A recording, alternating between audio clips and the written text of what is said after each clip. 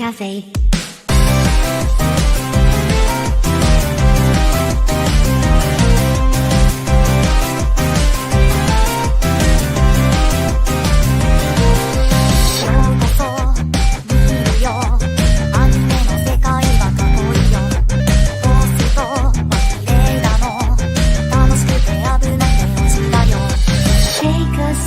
Nostalgia, let the memories bloom.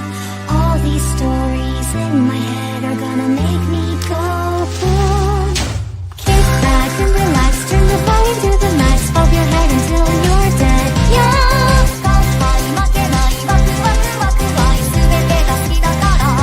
Yeah. Kick back and relax, turn the volume to the max, bob your head until you're dead. Yeah.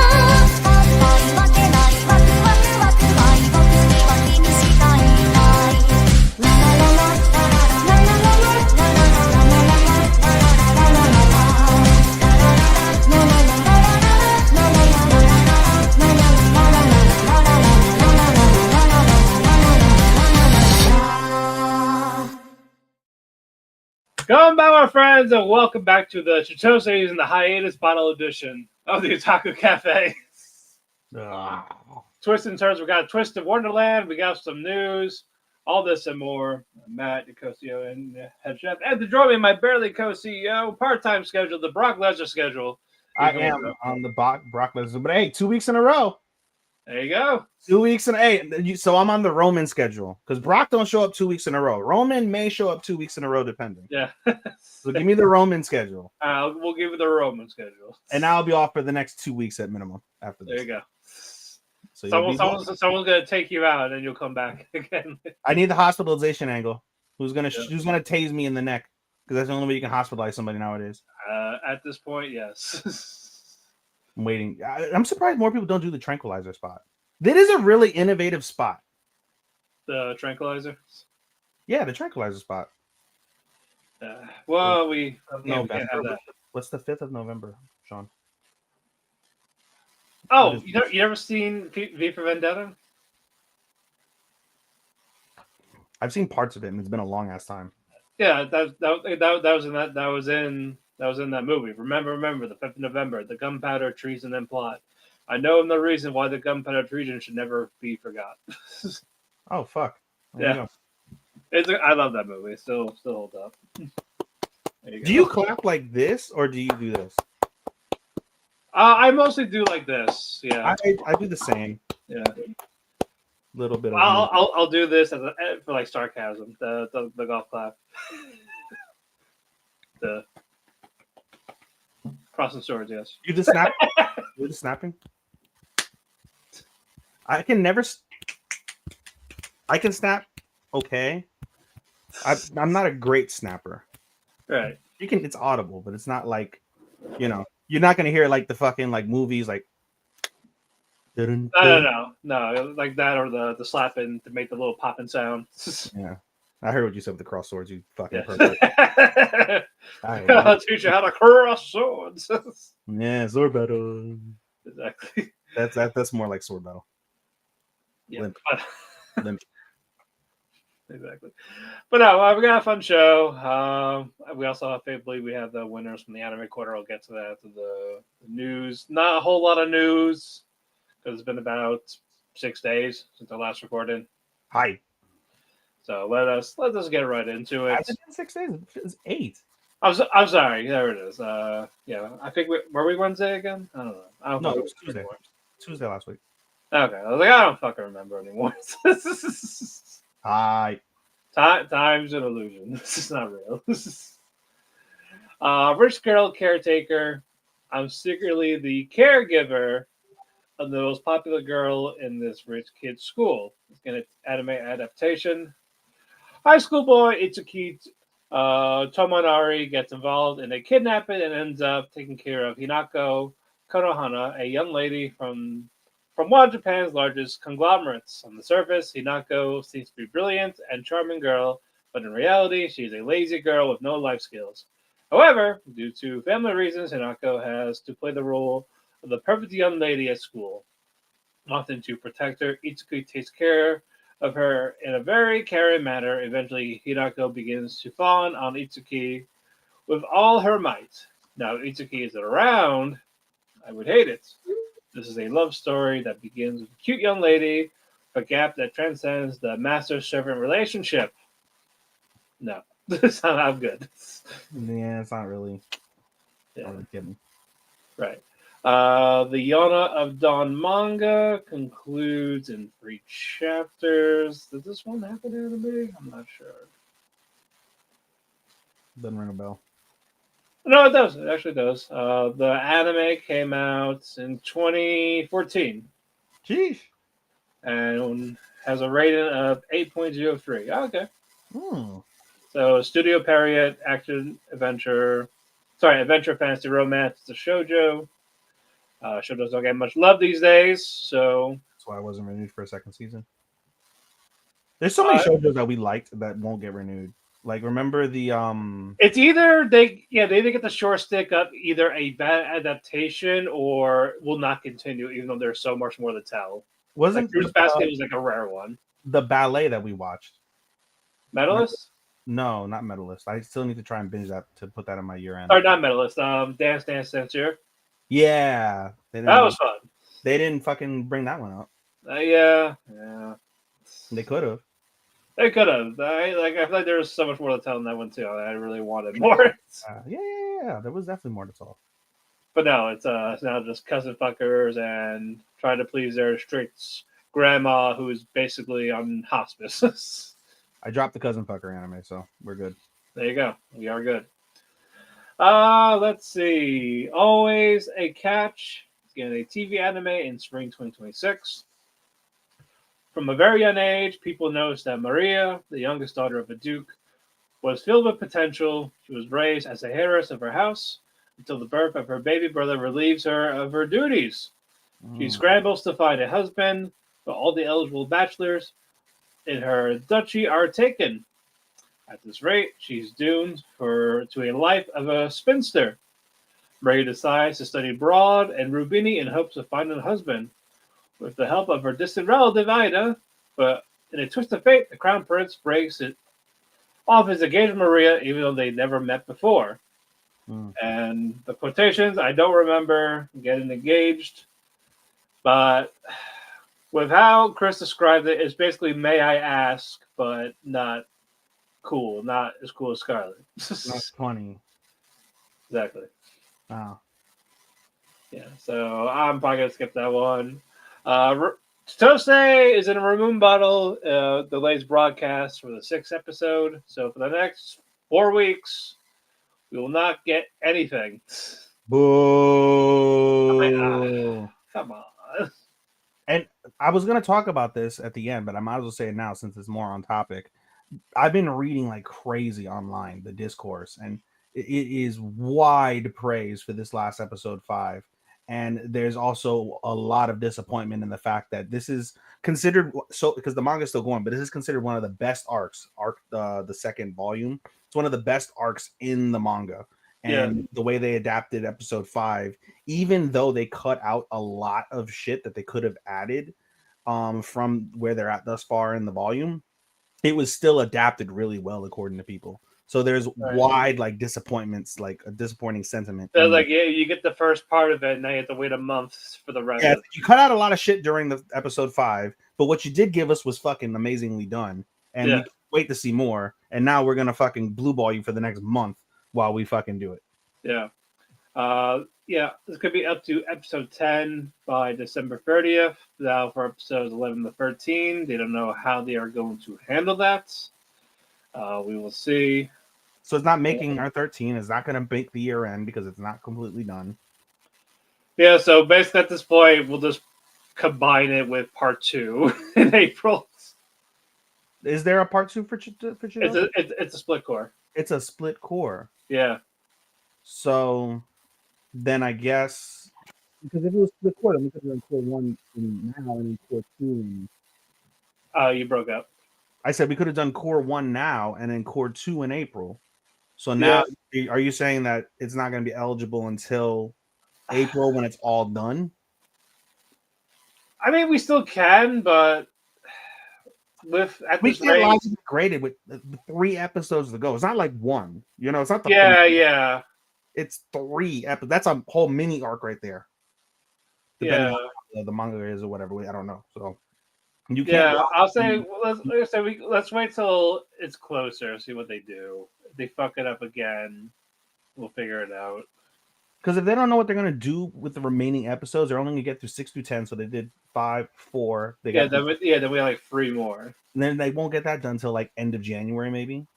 You would think, or mid-January, unless they decide to go, hey, let's just have them together, type of thing. because if it's split core, it's what 13-12 or 13-13. What was that? It's 13. It's 13 this season, but the next core is gonna be 11. Oh, they didn't say. So what are you gonna have? You're gonna do a fucking a 2 year eternity and do like a 18 episode thing or some shit like. Oh, part 2 would be in April, but It's just I feel like it'll be 12. The math, so 15 if they're gonna fucking do 3. Like the math don't math. The math don't math, Bruh. Yeah, we'll figure that out as it gets closer. There's gotta be something. Right.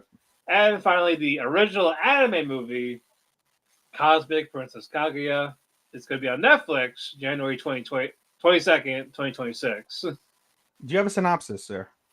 It's very short. It's Sho Kaguya Hime reimagines Japan's oldest folktale with a modern touch by integrating music, fantasy, and contemporary animation. It's a music.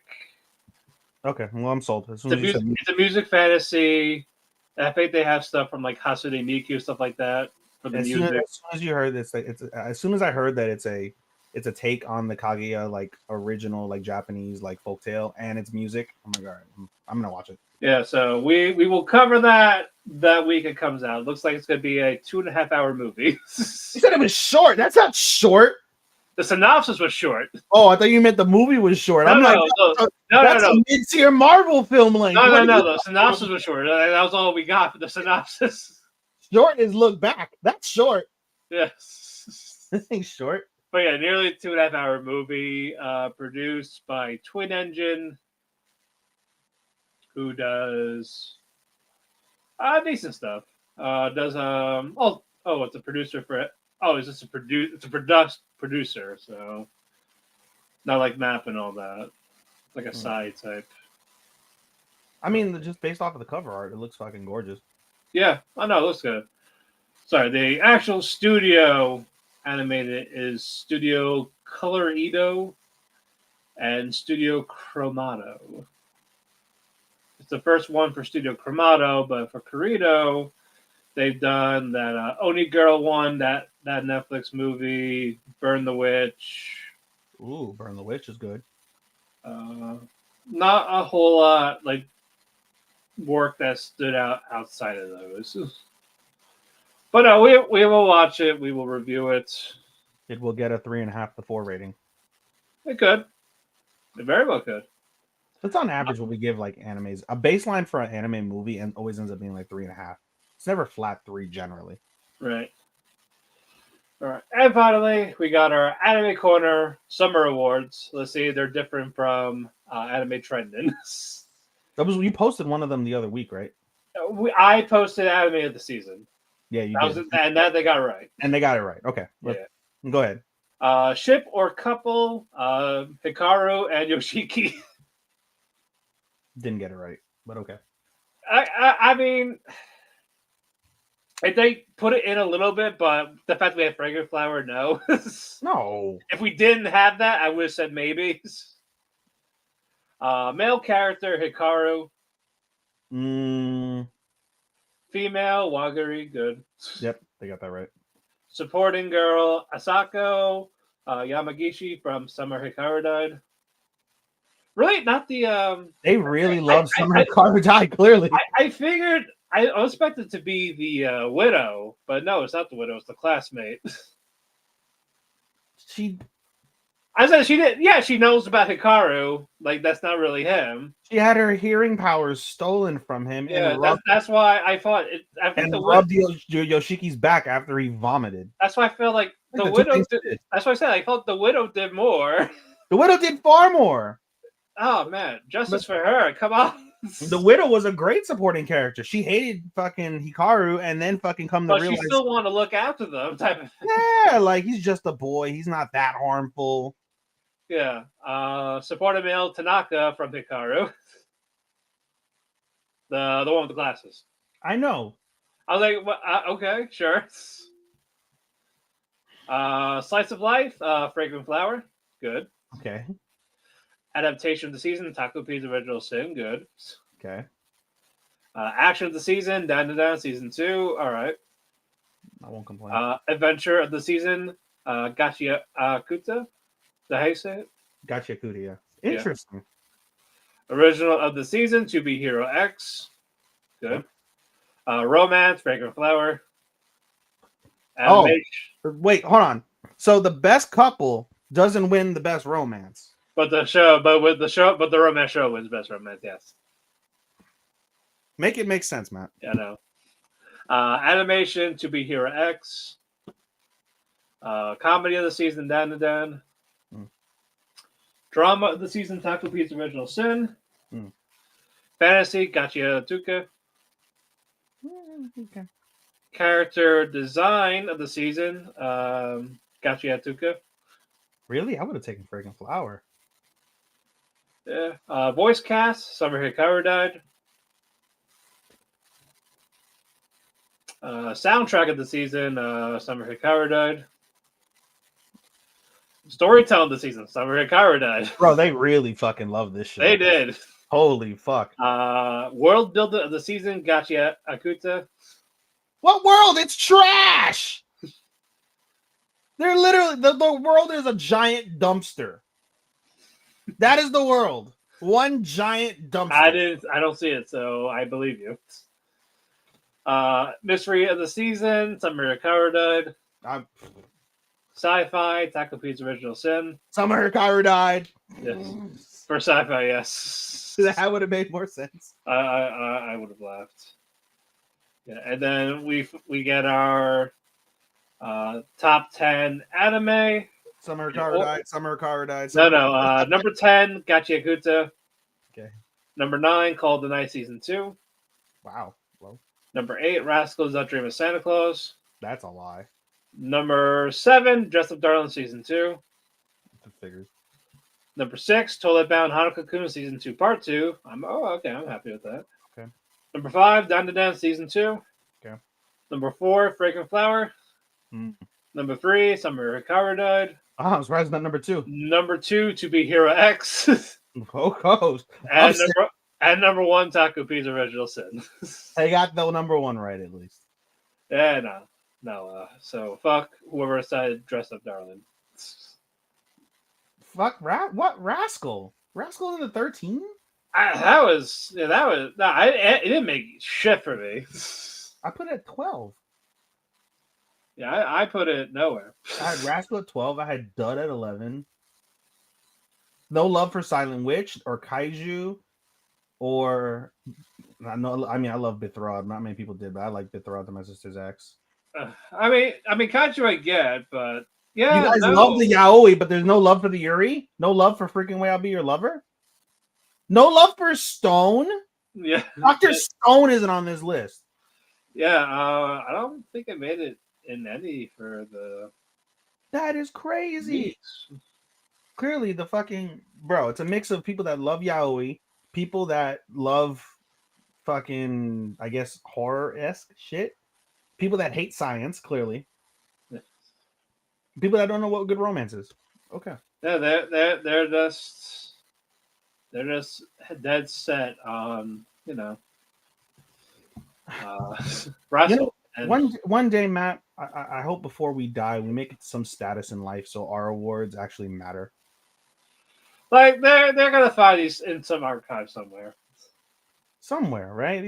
Somebody 50 years from now is gonna stumble upon this podcast. Yeah, or whoever does something with. I mean, 50 years down the line, we'd probably be canceled as soon as they start playing. Exactly. So, but enough of that. Let's get to some reviews. So, Ethan, lead us off. Okay, so the only show I am not fully caught up on is Wand Dance because today's Wand Dance aired and I wasn't 100%, so I didn't get a chance to see this week's Wand Dance. However, I can give you last week's Wand Dance. Last week's Wand Dance was pretty fucking solid, I'd say. Of course, minus the CGI. As usual, as I will always say with this show, everything about this show I enjoy except for the CGI, which is unfortunately a very dominant part of the show because it involves dancing.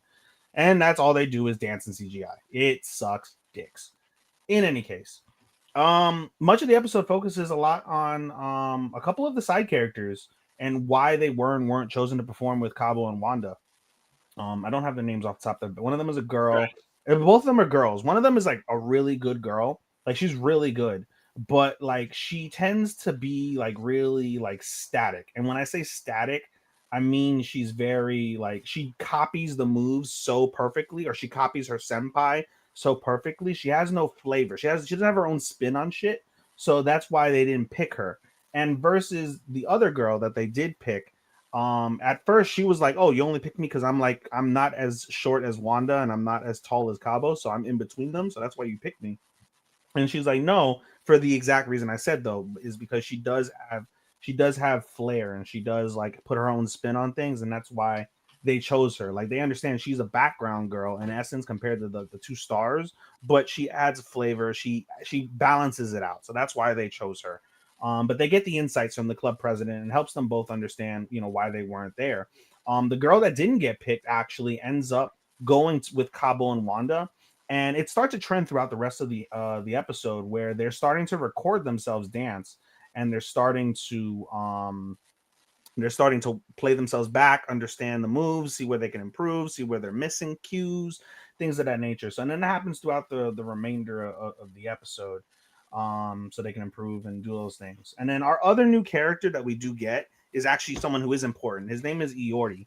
Iori is a second year on the team, but he's like a prodigy. Like he's really, really, really fucking good. So much so that he's going into like clubs as a 16-year-old and doing his own dancing. He doesn't go to practice though because he doesn't really fit that style. He does I forget what the name of the style that he does is.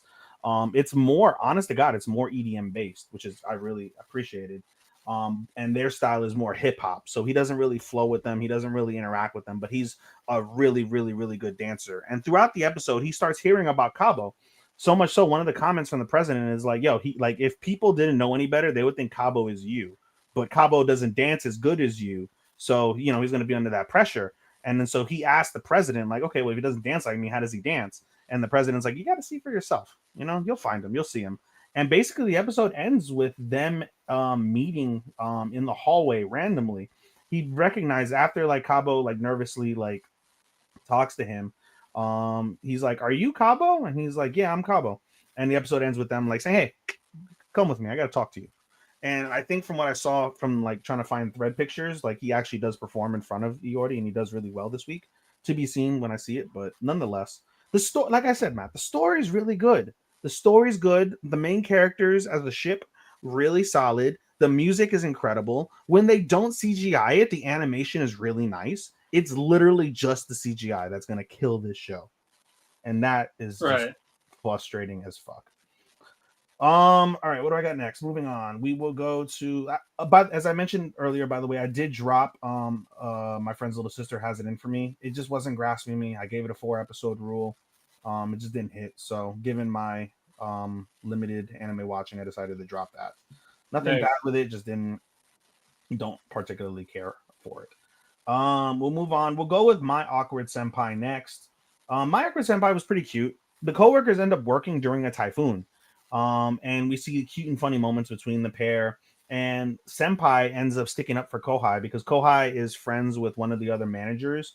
And the manager's like, "Hey, you got nothing to do? Do you want to help me?" And Kohai's like, "Yeah, sure, I don't mind helping you." But Senpai before that had said, "Hey, we're done with our work. You can go home before the last trains and the storm gets worse." And he doesn't do that. So they both end up basically getting stuck. But she sticks up for him, like, "Hey, don't stick work on my Kohai. Like, you know, I need him with me, whatever."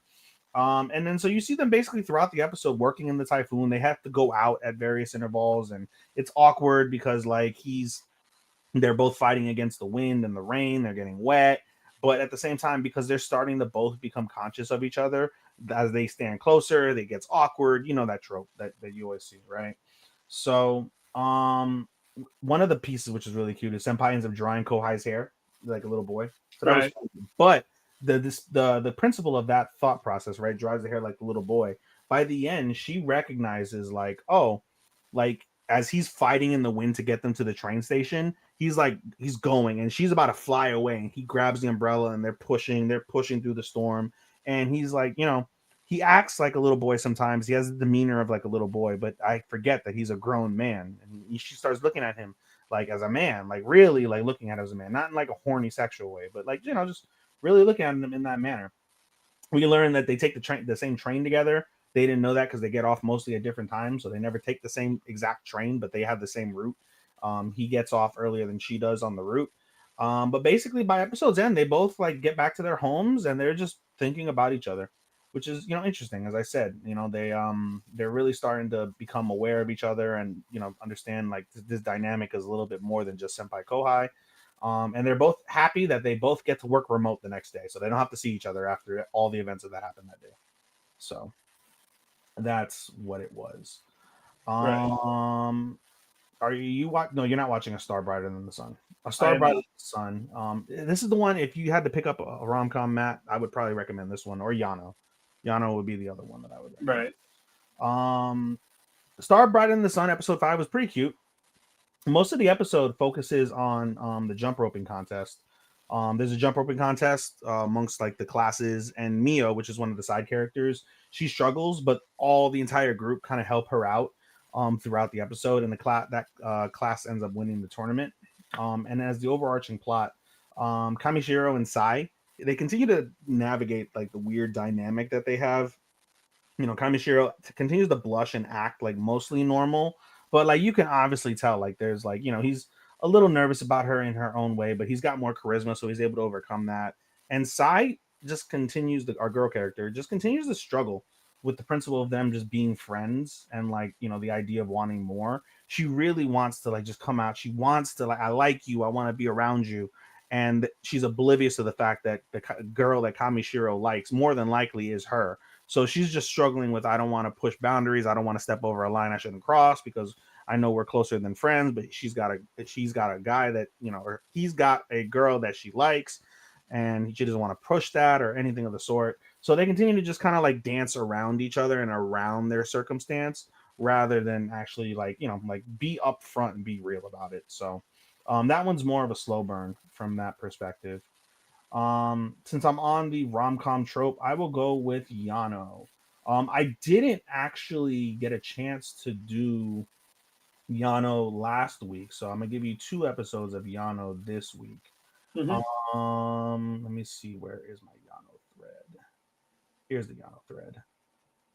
View post. Yano thread. Pretty solid for both. Actually, I appreciate the fuck out of Yano. I'll get to it in a second.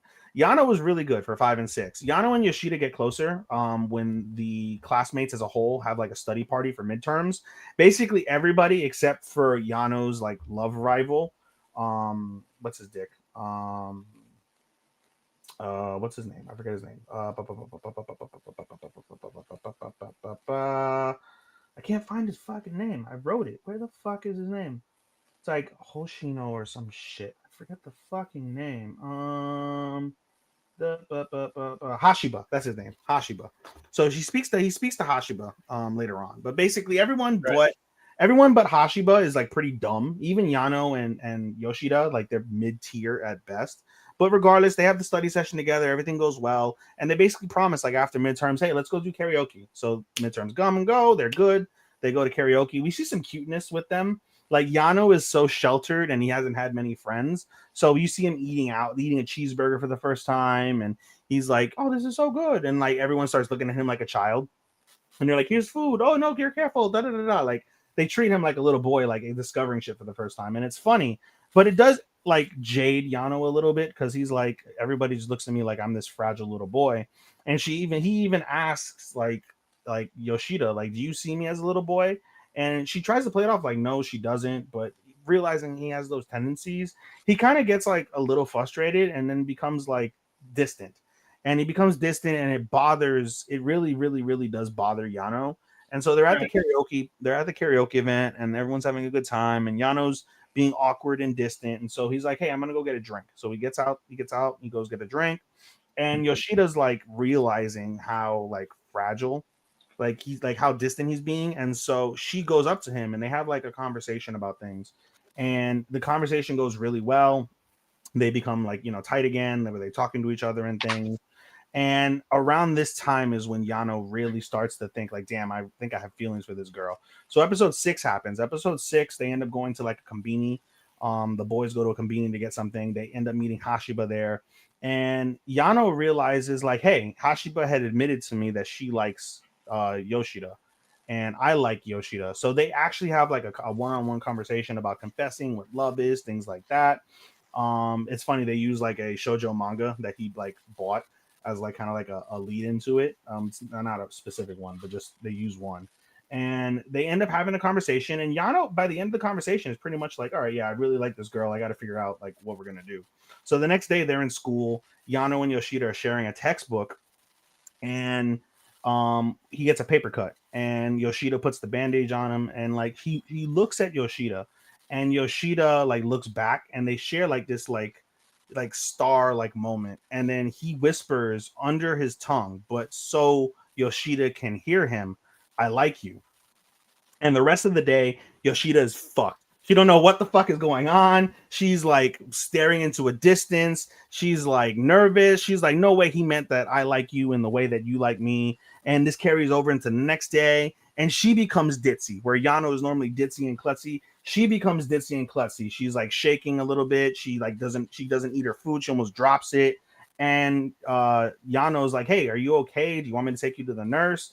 And she's like, yeah, take me to the nurse. I don't know. I don't feel well. And so they stand up, they walk out the door. Yano's like, can you walk? And Yoshida finds it in herself to say, fuck it, I'm gonna confront him about it. She grabs Yano by the hand, leads him all the way to the back staircase near where the entrance to the fucking roof is. And she's like, you told me you liked me yesterday. What do you mean by that? And Yano's like, I mean exactly what that means. Like, you make me feel like happy, uneasy, warm, like appreciated. And I didn't realize until recently, but these are all feelings of love. And I'm really happy that I feel these feelings and you make me feel these feelings. So I like you. And she starts to cry. Yoshida starts to cry. And Yano's freaking out, like, I didn't mean to make you cry. Are you creeped out? I'm so sorry. And she's like, no, I've always liked you. I've liked you a lot. She said in the Japanese, she's like, daisuki. It's not just ski this, it's daisuki this. Like, she really likes him. And she's like, I mean it romantically as well. And by episode's end, they shake hands, and he's like, I'm looking forward to many more great moments with you. So seemingly the episode ends with them officially confessing, and they're together. So halfway through the season, we get the confession, which I mentioned to you guys in our chat. I appreciate ROMs that don't beat around the bush. We're halfway through the season, we get the confession, and now it's going to be building on how their relationship builds, any of the struggles that they may face, things of that nature, right? How is Hashiba going to take it? But we don't know. Are they going to announce it? Or are they going to keep it secret? Now we build into a different story that doesn't get told in all the rom-coms by episode fucking 6. So good job, Yano-kun. I am ecstatic that this turned out the way it did. Right. Moving on to Togen Anki. I still haven't watched Gachiakuta yet because of the fact that it's not simuldubbed like it was before. I'm pretty much gonna pull a Starman. I'm gonna pull a Sean. I'm not gonna watch Gachiakuta until the dub episodes stack up. There are already 4 episodes in, and I think only 2 of them are dubbed. And so I'm gonna pull a Starman. I'm not gonna watch it until we get toward the end, and where the majority of the episodes are dubbed, and then that'll leave me 1 or 2 episodes by season's end to have to watch and sub, and then I'll have to grade it accordingly as such. So not watching Gachiakuta. Togen Anki was okay. Let me find the character names, because this is one I actually don't really review on my own on my Anime Daisuke 24 Instagram page. Cheap plug. Pull the McFoley there. Okay. So they save Kugasaki. They end up going over to try and rescue the little girl that Kugasaki was trying to rescue. When they get to the hospital where they're staying, The entire fucking hospital is on fire. The guy got the fucking like gangsters to light the entire hospital on like fully engulfed in flames, and everyone is freaking out. They for whatever reason they haven't called the fire department, and so the guys, the momos, I'm sorry, the onis, they go into the fire, and they touch the fire, and they're like, this fire isn't hot, it's just like smoky, and like it's a visual effect with like some smoke, but it's not, and it's doing damage. It is doing damage to the hospital, but it's not hot. So they go around, they rescue as many people as they can, and they've rescued everybody at this stage, but the little girl. Kugasaki ends up getting trapped because he's already used a lot of blood. He's fucked up. He's exhausted. And Kugasaki is like, he's down and out basically. Ichinose is like, hey, like, where is the little girl? I'm gonna save her, and I'm gonna save your ass. So he tells her where she is. He does both. He saves the little girl, saves Kugasaki, and then they fuck off. They save the day. They got the girl that was good, that was kidnapped. Everything should be good. But Kugasaki, as they're out in like a park near the venue or whatever, and it's just Kugasaki and Ichinose talking.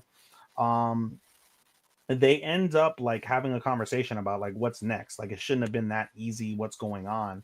And so Kugasaki begins to like think like, oh, is like the other sister, is her sister in danger? We have to go save her. I don't know where she lives. Oh, well, I don't know like what we can do. How can we track her down? And Ichinose is like, hey, I have a friend that's a cop. So he calls his friend that's a cop, Mikado.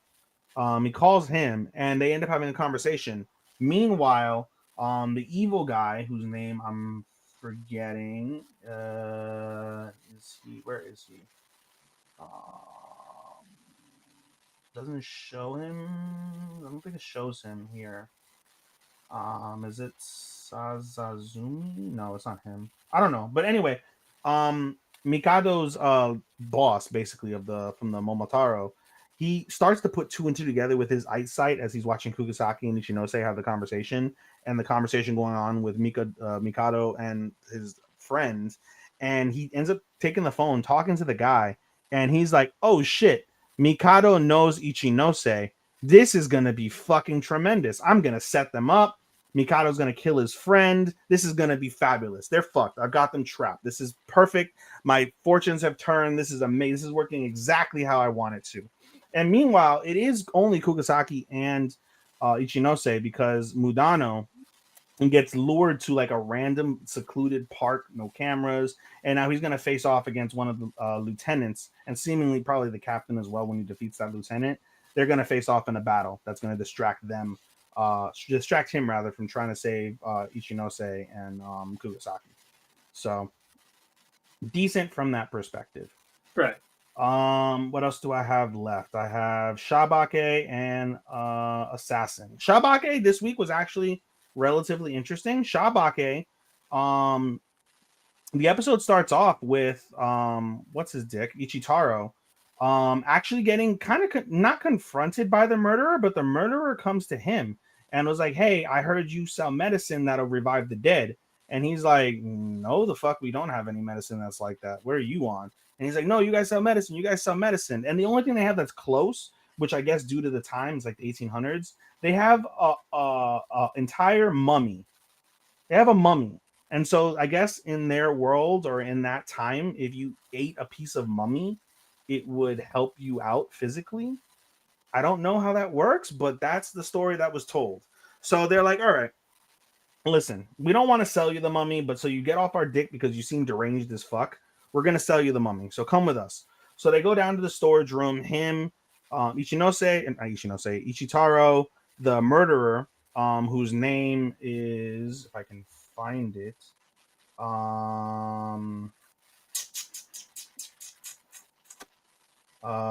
doesn't say. Okay, anyway, the murderer, Ichitaro rather, and Nikichi, which is one of the two spirits that constantly guards him. And so they go down, they try to break off the piece of the mummy, and the murderer basically loses his shit. Like, "No, this isn't going to help me with my quest for like eternal life or whatever the fuck, or how to revive the dead. I don't know."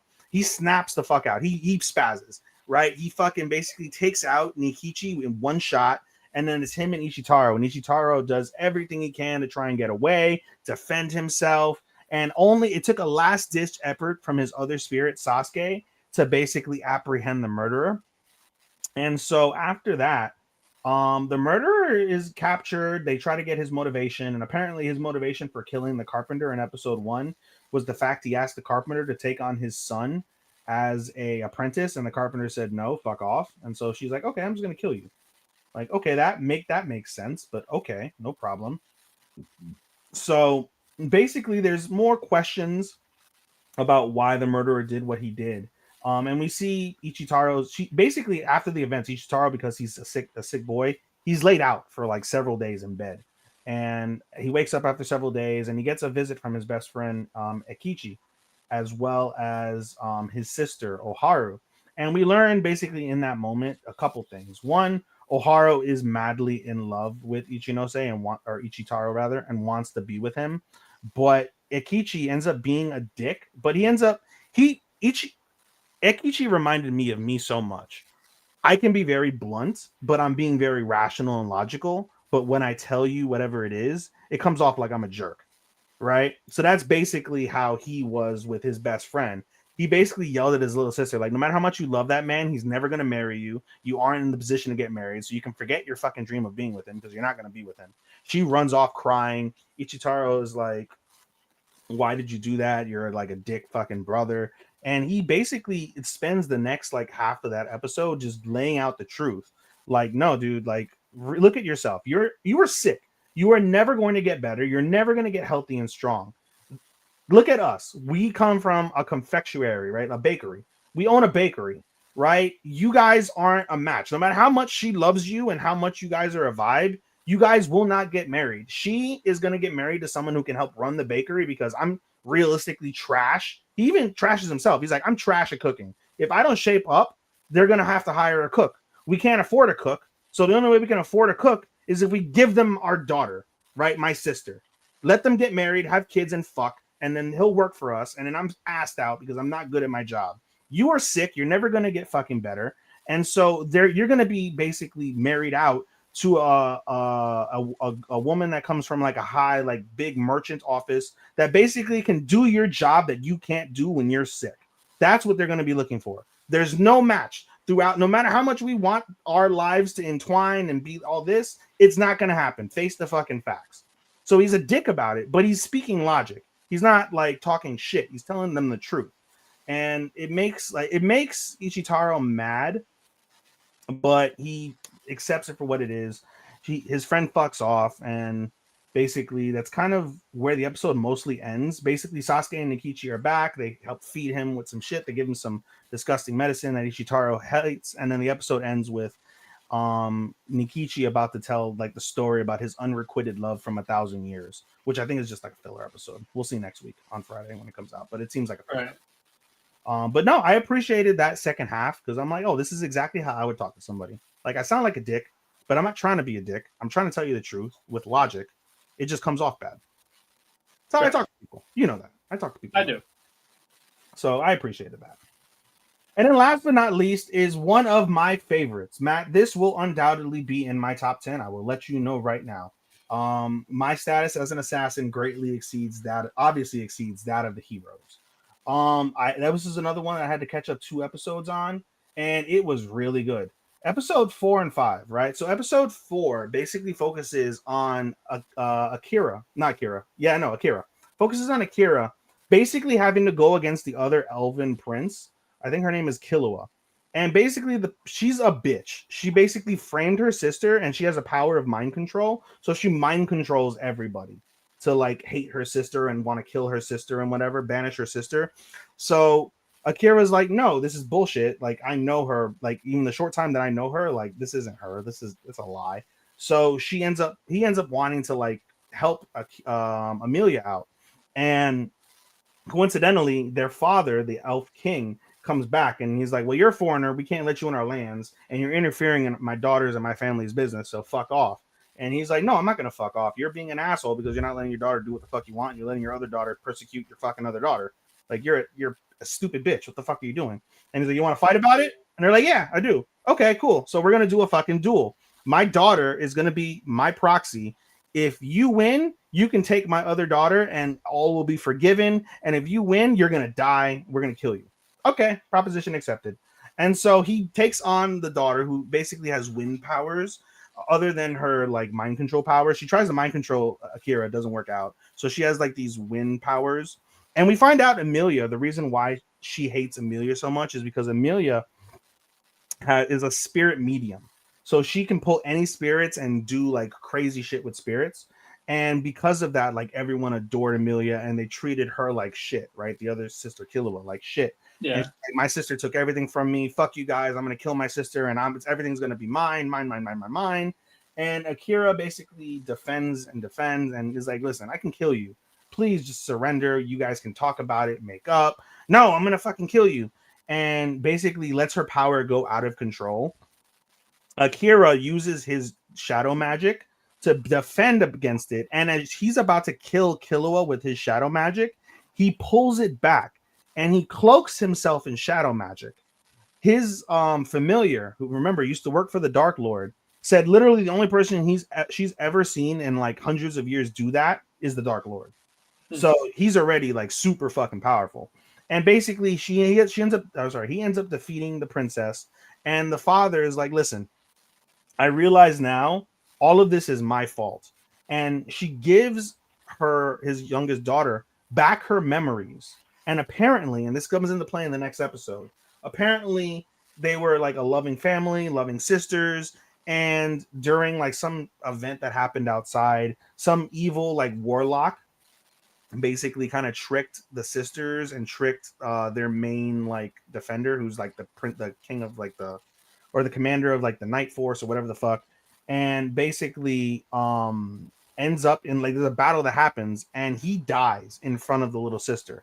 The little sister has always been in love with that man, and so she loses all rationale, and they're like, in order to cure her and set her free, we're gonna erase her memories. But if we erase her memories, everyone in the kingdom has to like treat her like shit, like she doesn't really exist, she shouldn't know the truth, nothing. So it's all the king's fault. The king gives her daughter back her memories. He apologizes, everyone apologizes, all the mind control is dispelled, and the sisters make up, and everybody is all hunky-dory because now the sister is more mature. She lost the battle, but she's gained maturity through this, and so she's able to handle the fact that, you know, he died with grace. And the other reason why she's able to handle it is because Amelia, at that time when her sister was losing her fucking mind, Amelia used her spirit powers to revive him from the dead. That's how fucking like powerful she is. She took a leaf from the world tree, fucking put it in his like in the hole in his body where it was, and sealed it and managed to revive him from the dead. So she's OP as fuck. That no wonder why she's like the elven princess, like to heir the throne, basically. Right.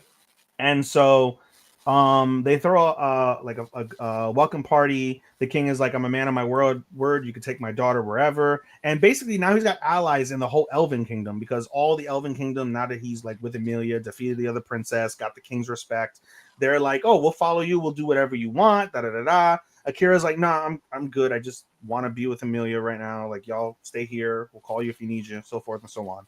So they end up going to the Beast Kingdom, and that's where episode 5 comes in. They go to the Beast Kingdom. They end up they land on there, and it's Amelia, Akira, and the familiar, whose name is Yoru. And the familiar is a black cat. And everyone that sees the black cat and sees them is repulsed. They're scared, and they call her like the abomination of a town of Adela, right? The nightmare of Adela. And they're like, why the fuck are you called the nightmare of Adela? And she's like, don't worry about it. Long story. Don't feel like talking about it. They end up going to eat. They end up going back to the hotel room. And it's funny because basically Amelia wants to fuck Akira. She wants to fuck him. And Yoru realizes that and was like, hey, I'm going to go do cat things. You guys have fun tonight. And Akira's like, no, don't leave me here. What are you doing? And she's like, hell hath no fury like a woman scorned. And she fucks off. And so Amelia goes to take a shower. Akira's like, he's tired, but he's like, I don't want to like have sex with her like that. So he pretends to fall asleep. Amelia comes and was like, damn, you sure knocked out fast. So she tucks him into bed, kisses him in the cheek goodnight, and then sleeps next to him. And Akira's like, how the fuck can I sleep like this? Like, I've got a hot woman in her fucking like underwear next to me. Like, I can't sleep. The fuck? But nothing happens. They wake up the next day. And what Yoru was doing while she was thinking that they were fucking was she was procuring the services of the best smith in town. And I forget his name. The best smith in town. His name might be in this list if I can find it. What is it? It's not Leah. It might be Kyosuke. I don't know. Anyway, can't find him, but he's the best smith in town. And they get the best in town. He used to be a member of the hero's party, but it was only him and the hero that survived. And so he went back to the beast town. And basically, there's several things in common, basically. One, he kind of talks shit to Akira, like you're inexperienced, you know, and they ask him, like, oh, will you treat the katana, the holy katana? Will you make me some assassin tools? And he's like, you're inexperienced as fuck. It's gonna be a waste of my time to do this. And he's like, well, I'll get you whatever you need to do it. So he writes them an estimate for a lot of money and a lot of like resources to make these tools and to look after the katana and shit. So he's like, all right, no problem. How do I get this money and resources? They're like, all right, we'll go to the labyrinth in town, but keep in mind it's restricted to only adventurers of a certain rank. So basically, Akira has to sneak into the labyrinth in order to do whatever he wants to do in the labyrinth, which is fine because he has his concealed powers. While he's trying to figure that out, Amelia goes over to the smith, to the blacksmith, and confronts him. He wants to learn about battle. And the blacksmith is like, I don't train nobody, I don't do any of that. And she's like, you know, please, da da da da da, whatever. And he starts talking to the cat and was like, why did you bring me here? I thought you only wanted me to be a smith. And she's like, that's all like I am requesting of you. What she wants has nothing to do with what I want. And so the conversation comes up like when Amelia asks Yoru, like, why are you called the Nightmare of Adela anyway? And basically we get a flashback to what we saw in episode 3 when Akira made the pact with Yoru and he had to go into her mind, and it's a replay of the scene where she basically took a town. She was sent to a town by the demon lord to be like to send a warning, like do a little bit of destruction, send a warning because they invaded demon territory, and she lost all control of herself, and she fucking just destroyed the fucking town, killed tens of thousands of people, and basically now like all black cats, including her, are like just disgusted, like, you know, they're evil, da da da da, whatever. And she's like, now that she's with Akira, she vows like, I'm never gonna lose myself again. It's wrong. Like I'm good. Like we're good. I'm controlled. We're good. Akira, because they're linked in mind, hears the story as well while he's doing whatever, and was like, he chuckles, but he's like, okay, whatever, right? And so we get the story of the Smith, and we see before as they're coming in toward the end of episode 4. They almost get abducted. They manage to defeat the kidnappers, but they hear from the kidnappers of a name like Gaon or something like that, right? And we learn that this Gaon character is a fancy noble that's in the town, and he's been kidnapping other people, but he's also the reason why the Smith's little sister died, because after the aftermath of what happened with Yoru, they're trying to clean up the rubble, and the fucking rich guy was like, get the fuck out the way, and kills her trying to get out of town, right? Just kills her in cold blood. And so he vows revenge against her, but he decides not to, and there's like a whole rigmarole basically.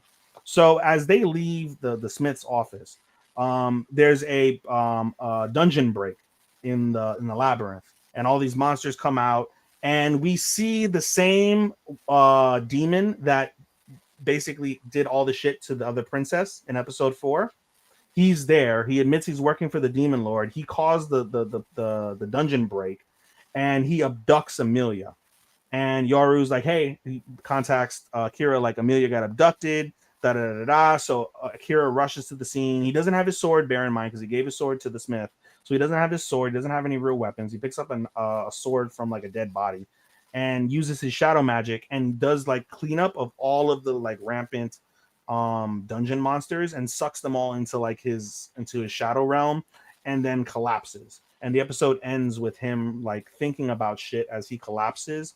He's like, I felt a surge of emotion that I've never felt in my life. And for the first time, I realized that emotion comes from actually caring about someone other than myself. And I want to protect someone other than myself. But he's too weak because he uses power like so big, so vastly. So he passes out, and the episode ends with him like knocked the fuck out while everything is chaos around him. I talked a lot, man. I'm sorry. I know. I know you're past the point of like shut the fuck up. I'm done. I really like this show. I see that. I gave you 2 reviews, 2 weeks worth of reviews on that. So All right. Let me see everything I do have. Hold on. Torn Out the Apocalypse. Yoko. Their bike got stuck in the mud. Got to the point where they pick up the Carriots. They had to put some maintenance on it. Says, big storm's coming, and they don't want to be in that storm. It's like freaking near the end, it was like tornadoes, cyclones. So, like, what happened in this world to make all these natural disasters turn to like big catastrophes all the time? But we found out that Ira and Yoko, they grew up in a shelter, and they left said shelter to do this adventure thing that they are doing right now, just exploring this post-apocalyptic world. Mm-hmm. And I believe it was Irie asking Yoko, like, hey, like, do you ever want to go back to the shelter? It's like, no, I'm actually sure, but no, like we could, we'll have a bed, all the stuff on the bikes, but no, I'm having way too much fun doing this. Mm-hmm. So I'm not going back. I said no.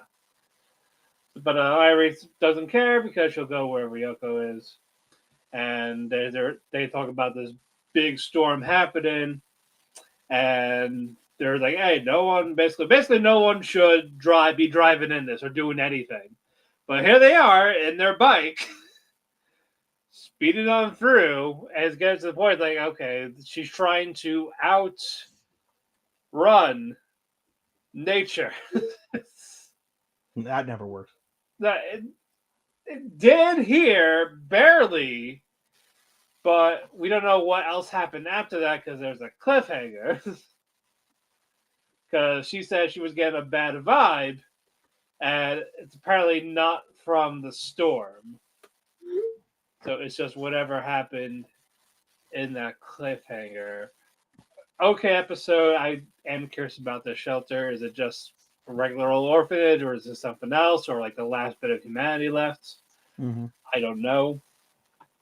Mangaka's weirdly workplace. Futami is having a hard time writing out the personality for the rival in her manga. Mm. I told you guys to knock on the door, and it's a drunk. It's a drunk Arisa. It's not Dracula? Like, what? It's not Dracula knocking on the door? No. I wish. But Arisa Nashida. You know I said that joke, right? I know. So I saw you and Bash's post. Oh yeah. We gave it back. It was damaged, but we gave it back. It's not 100%, but here's your shit back. No, because it fucking rained and it got wet, so the cardboard like folded in half. Oh, you gave it a soggy cardboard. Yeah. You bastards.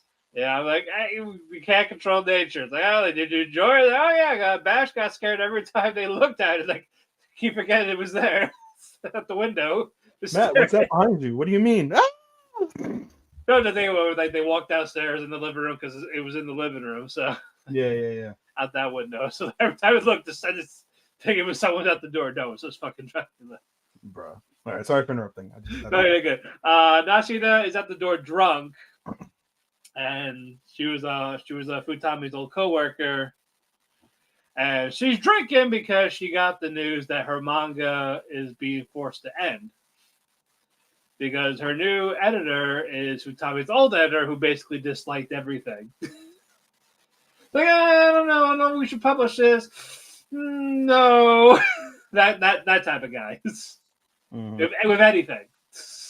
Mm-hmm. It's not trendy enough. Don't make that idea. So she's upset, has a month left for that, so she's drinking her sorrows. And then fucking Futami's assistant, Mizuki's like, okay, you can just make her leave. Just go away. Be Like, you're gone. drunk. Like you're drunk. Go home. Like no. That type of thing. So the fact that they were trying to talk to her while she's drunk is like, we lost a lot of time working this out. So so fuck that. So for Tommy, he made the personality of the rival in the manga the drunk Oh a little god. bit. And all of a sudden, but when they were like talking about this, now she just like I called you a rival, aren't you happy? And then fucking Tommy was like, "You were rivals." Like, that's Mhm. why that's why I was like working hard, but we were coworkers. Like, wow, I got my manga serialized. Wow, I got this.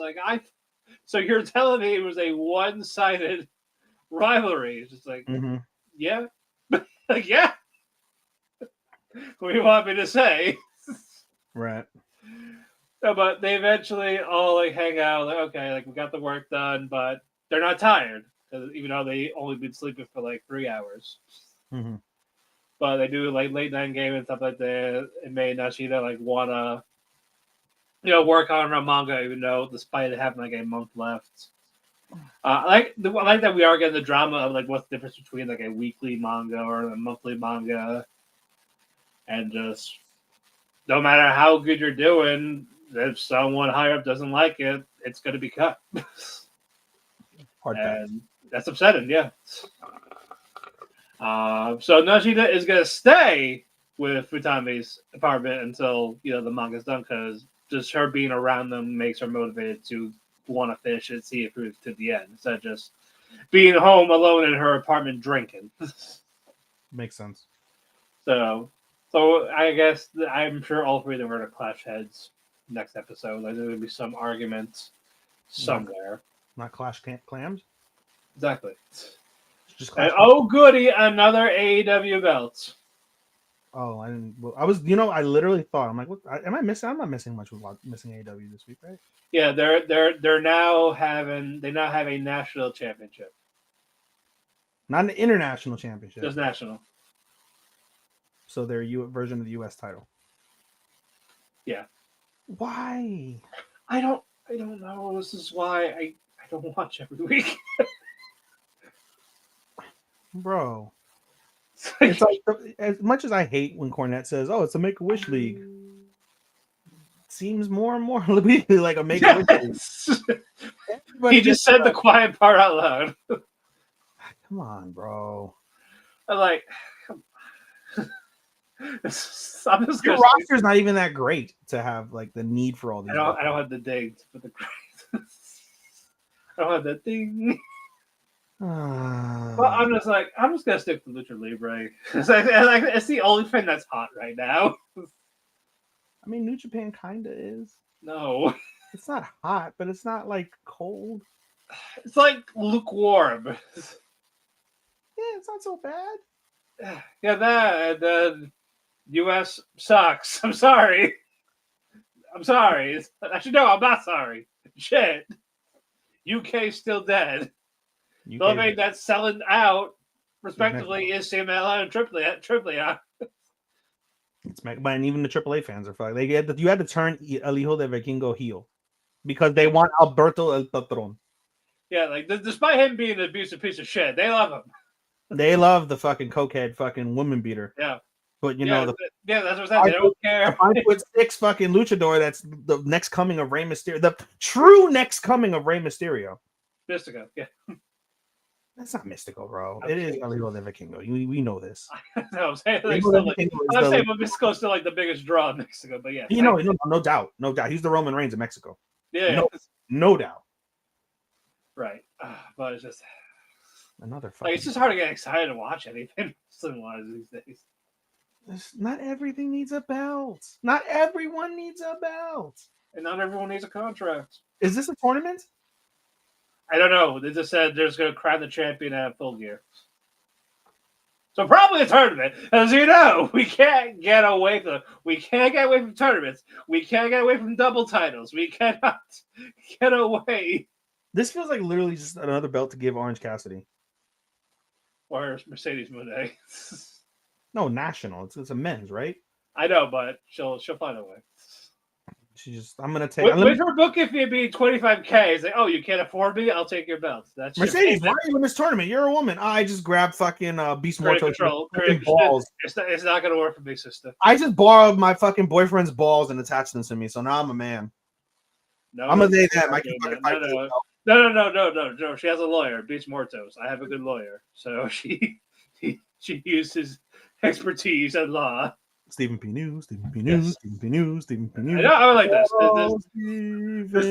Have Stephen versus Beast Mortos in court. I mean, Beast Mortos would probably legitimately kick Stephen P. News' ass. I don't know. I don't know how good of a lawyer he is. So. Who, Beast Mortos? No, I meant like physically. No. Physically, yeah. Physically, yes. Physically, Stephen P. News is the fucking the anti Jerry McDivitt, according to everybody else. You know. No. Mortos just has to fucking shoulder tackle him, and that's it. I want to see Stephen P. News versus John Morgan in a court battle. That would be fucking amazing. Yeah. Maybe one day. We are so off from anime right now. Yeah, I'm sorry. Mechanical Marie. Okay. Marie is slacking on her job because ever since she realized she loves Arthur. She loves Arthur. Okay. So she's slacking it up, and fucking Roy, the one that organized this whole thing, is like, well, if Marie keeps malfunctioning, we're gonna have to get rid of her or take care of it or send her back to the factory, aka fired. So she's like she's like bonding with Marie too. Marie too, who is the actual robot in this robot maid thing. And Marie too is like trying to help her, like, hey, don't like how to stop having feelings for Arthur. Like, okay, you get Doki Doki, you look at it here. Here's these sunglasses. Arthur's like, why she has sunglasses? She's in DJ mode. Right now, take these glasses off. So she does fucking things. Like, all right, regroup, get out of here. You're making her glitch out. You're making do that type of shit. And Arthur is slowly falling for Marie too. On top of this, and this is where we get the jealousy in, because there was like Marie. She's like, okay, you don't have to do any work today. She sneaks around to see Arthur with Marie too, and Arthur's Aunt Charlotte, and she's like, oh, why aren't I involved? That type of thing. And I know, like, not allowed. But so as we see Marie's jealousy grew, we get fucking Noah, our antagonist. Like, hey, oh, so why are you talking to me, basically? Like, why are you near me? Aren't you near up? Because I'm not going to kill him for now, but should you be talking to me? And then she explained her feels like, seems to me you're jealous. Like, what? No, like, no. But I mean, you can get rid of that by, coming with me. Because, I'm fascinated by you. Want you to myself, and you can do better than Arthur. But Bree kind of says fuck up to Noah right now. And they see the limo outside. Oh, yeah, you're not escorting Arthur home. He's actually at the park. So Marie runs to the park. Trying to find Arthur. There's a couple of hitmen there. She takes them out easily. And she just tells, like, Arthur, like, hey, like, why you, like, kind of been avoiding me type of thing. But it turns out what Arthur was doing was giving Marie 2 upgrades for defense. That way Marie doesn't actually have to fight all the time. So it was like, no, I wasn't avoiding you. Like, no, you know what? Yeah, Marie, more advanced than you, but you're my number one. And they embraced in the hug. It was nice. And I'm glad they got rid of those not AI stills that were in the first episode. It's good. Because they keep saying it is, but someone debunked it. But just by looking at it, I was like, it's AI. You know what? I take AI over CGI. No. At least there's effort in it, even if it's not perfect. AI we know is a shit, but CGI someone is still working on it, making it, trying to make it, even if it's not perfect. Far from perfect, brother. It's like a made by man, or whatever that B movie thing is. Like, I don't care if it's bad. I like it. Also, that guy has every right to be a villain in B movie. I don't care. Getting cockblocked by a bee. Shaking my head. Thus beyond the end of the world, picked where left off, where Akira got shot protecting Yoguri. Yoguri gets pissed, but Akira tells her like, "Hey, not to kill the mob family. Takes care of them. They're the mob boss is out. The brother sister no Chromo. Well, it is Chromo. Fetus. Fetus, the woman. She's now the boss. Chromo and the name Fetus. Fides. Fetus or whatever. I always say it. Fetus. I was just making that joke because it sounds close to fetus. Yes. Chromo fetus. Oh god. Even and then Yoguri is killing Akira, and then Yoguri says, "Hey, Akira's stupidly, hey, like even if I got shot, it really wouldn't affect me. So why'd you jump in front of me? Even though you're saying you don't love me or anything like that, you're dead on this girl who may or may not be dead from like 200 years ago." Because Fetus is pro-life, that's why. No, I'm talking about Akira with Yoguri. It's like, I don't know why. I don't know why he did that. I don't know why he jumped in front of it. But no, the Ma family now says, all right, look, we'll take you where you want to go. They do want to go to Tokyo, but Yoguri and Amuro want to go to the hot spring because it's a fucking hot spring. It's like, hey, get us. We deserve this. Mm-hmm. So as soon as they arrive, we have a couple arguing. It's a lesbian couple. Because one runs the hot spray and one runs the government agency, and she does not want to help out with the hot tub. She promised she would after they got married, or right. Eshed, whatever it is. But they thought it was the guy that instigated. But no, he was just basically trying to calm the two down. Yokarata. But it turns out he used to be a former employee of that government agency. So Akira want to know what happened because Yoguri won't say anything since it's classified. Right. It's like, okay, well, if he says it, does that okay? It's like, it's not me saying it. Basically, my hands are tied.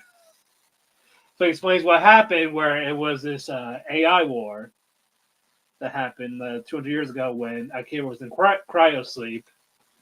And so Tosawa made these android units like Yoguri and stuff like that to combat that to end the war. And it's just more of that like civilization just dwindled, it's gone. And then Akira asked, what about Tosawa? It's like, no one's heard from her as soon as the war ended. Like, no one heard from her. But if we're going to be like common sense, she's probably dead. Because, again, bro, it's 200 years. Yeah, it makes sense. There is still no like immoral serum type of thing. That's why me fan theory and like I bet she put her consciousness in Yoguri. That's why Yoguri is obsessed with Kira because Tosawa was, and Tosawa and Kira were engaged before all this happened. But I don't think that could be it, or it could be something else. I don't know, but that's what I'm going on. Need to be an elf, bro. But need to be an elf. Elves last. Yeah, exactly. So that's where we end up with that. Fated magical princess. Afti is she's doing her practice with the magic, and she has to make a project. She can actually lift up like a teacup type of thing without spilling her. No issues. So good progress.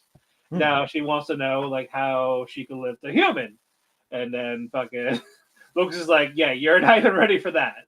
Like why? Okay, so for you to lift a human, this is how much you have to lift. So it was like a whole dining room set. Like he levitated easily. Like you have to do that in order to lift up a human with magic.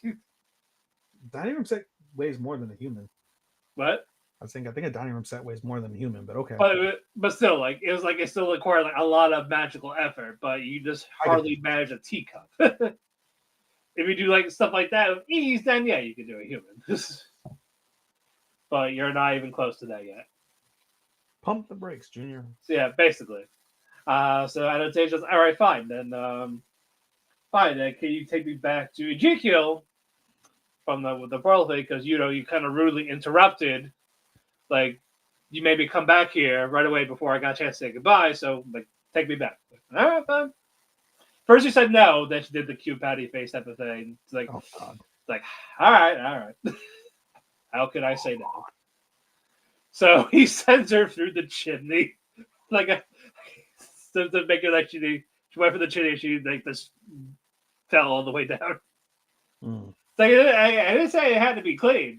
I'll just take you there wherever I feel like sending you there. So sees Ezekiel. He is packing up because he's still studying abroad. So they hear a knock on the door, and it's Jeanette's. And in the storybook, Ati has Jeanette is someone that her father kind of like, hey, I value her more than you type of thing. Mm. But it turns out, and that means they were also they're half siblings because Claude also fucked Jeanette's mother, and she also died after giving birth. Mm. But they're also like separate family. So Ati hides, and Jeanette goes to Ezekiel like, hey, could you like read me this? Like, and Ezekiel's like, no, I can't. I'm packing. I'm leaving.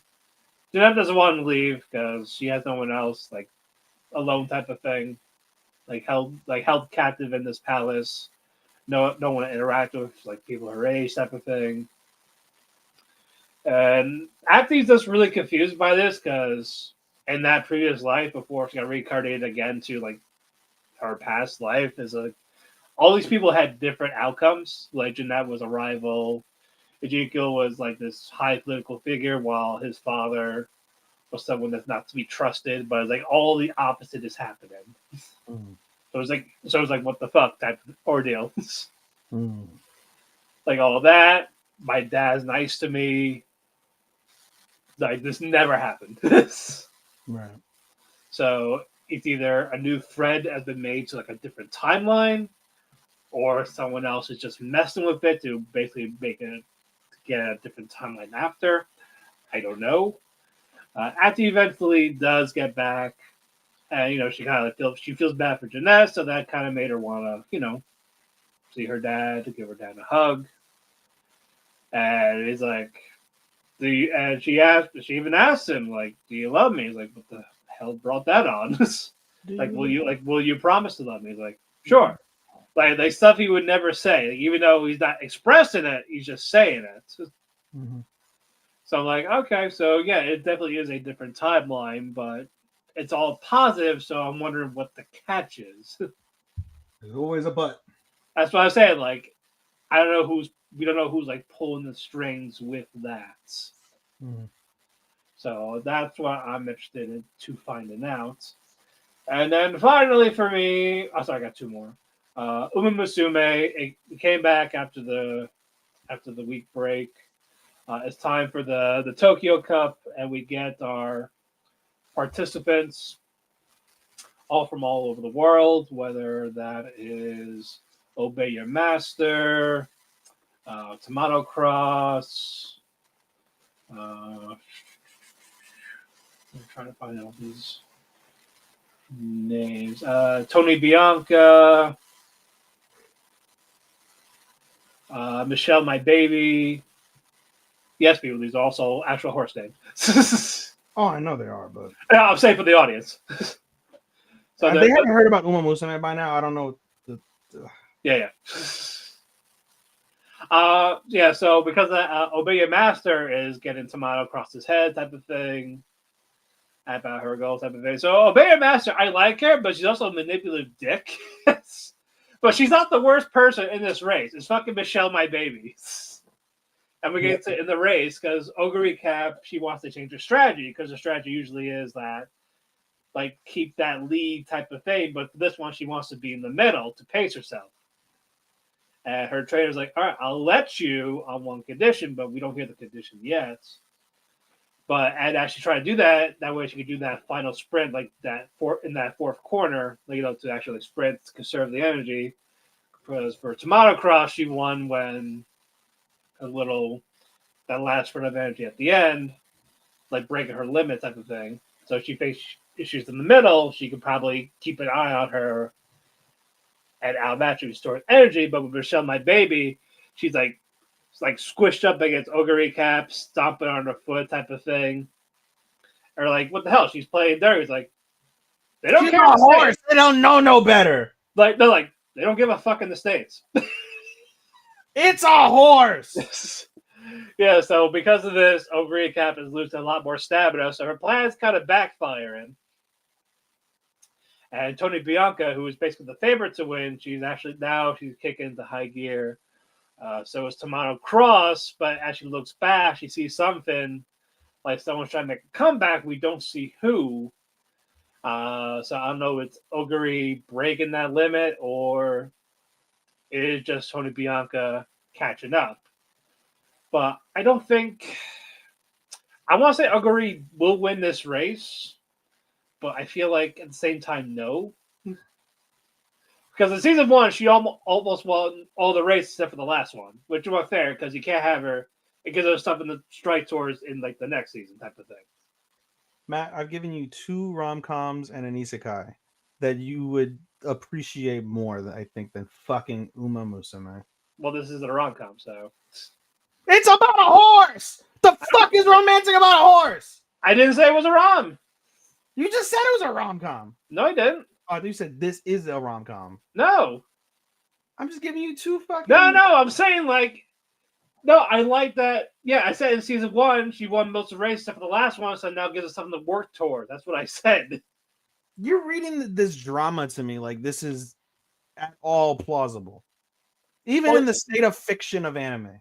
Well, you don't care about non-realistic sports, so I'm not saying it to sell it to you. If this was an actual thing with like real jockeys and real horses, I would probably watch this. But it's not, so you won't. It's about fucking teenage girls that are supposed to be the horses. It is horse girls, yes. I would much rather they be furries. No. I would watch it. I might watch it if they were furries. Oh, I'm sure there's a dojo for you for that. All right. And finally, this monster wants to eat me. Lesbian fucking monster. Okay. What? I said lesbian anime. All right. Exactly. Yeah. Miko is basically a nine-tailed fox. Is this deity type of thing. And Shiori does fight her a little bit. Doesn't really work out well. Miko makes Shiori not go near the water because she's a mermaid. And Hinako doesn't want them to fight because Miko's still her best friend. And Shiori sees that Miko is weak because she keeps holding herself back with not eating Hinako. She just won't eat her.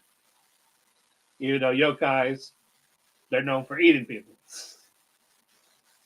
But she eats regular food as a substance, but that can only hold you for so long. And we found out that Miko's shrine is the one that Hinako's family prays to every day. Like, like a wish, like good luck, someone be happy type of thing. And the only time she failed to grant that wish is when Hinako's family died. But so now she feels like she's like here, like her physical body type of thing. Now she's like looking after Hinako. And Miko is with Hinako. Like she's in her fox form again, while Hinako's like right in front of her, and you see her mouth open, and you hear the crunching sound. Ooh. As a cliffhanger. Ooh. So I don't think she ate her. I do think something else does happen. But damn. But I also don't want Miko to die. And I said in the group chat, I really don't like Shiori. I get the standard yandere vibes with no substance from her. Like, oh, you can't be with anyone, be with me. I'll make you happy, but once you're happy, I get to kill you. that type of possessive that's like not.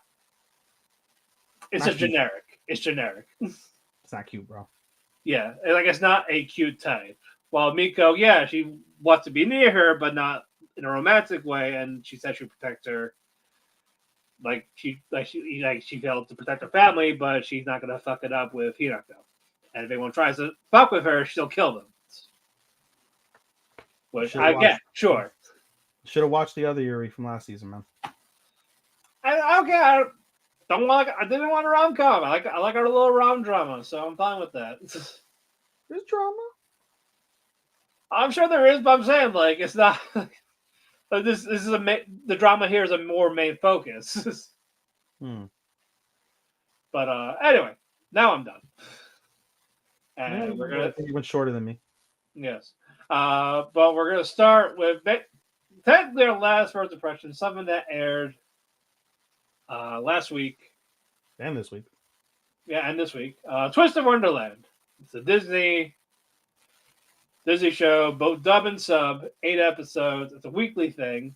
It's an isekai. It's basically Harry. It's not Harry Potter, but it has these 7 houses.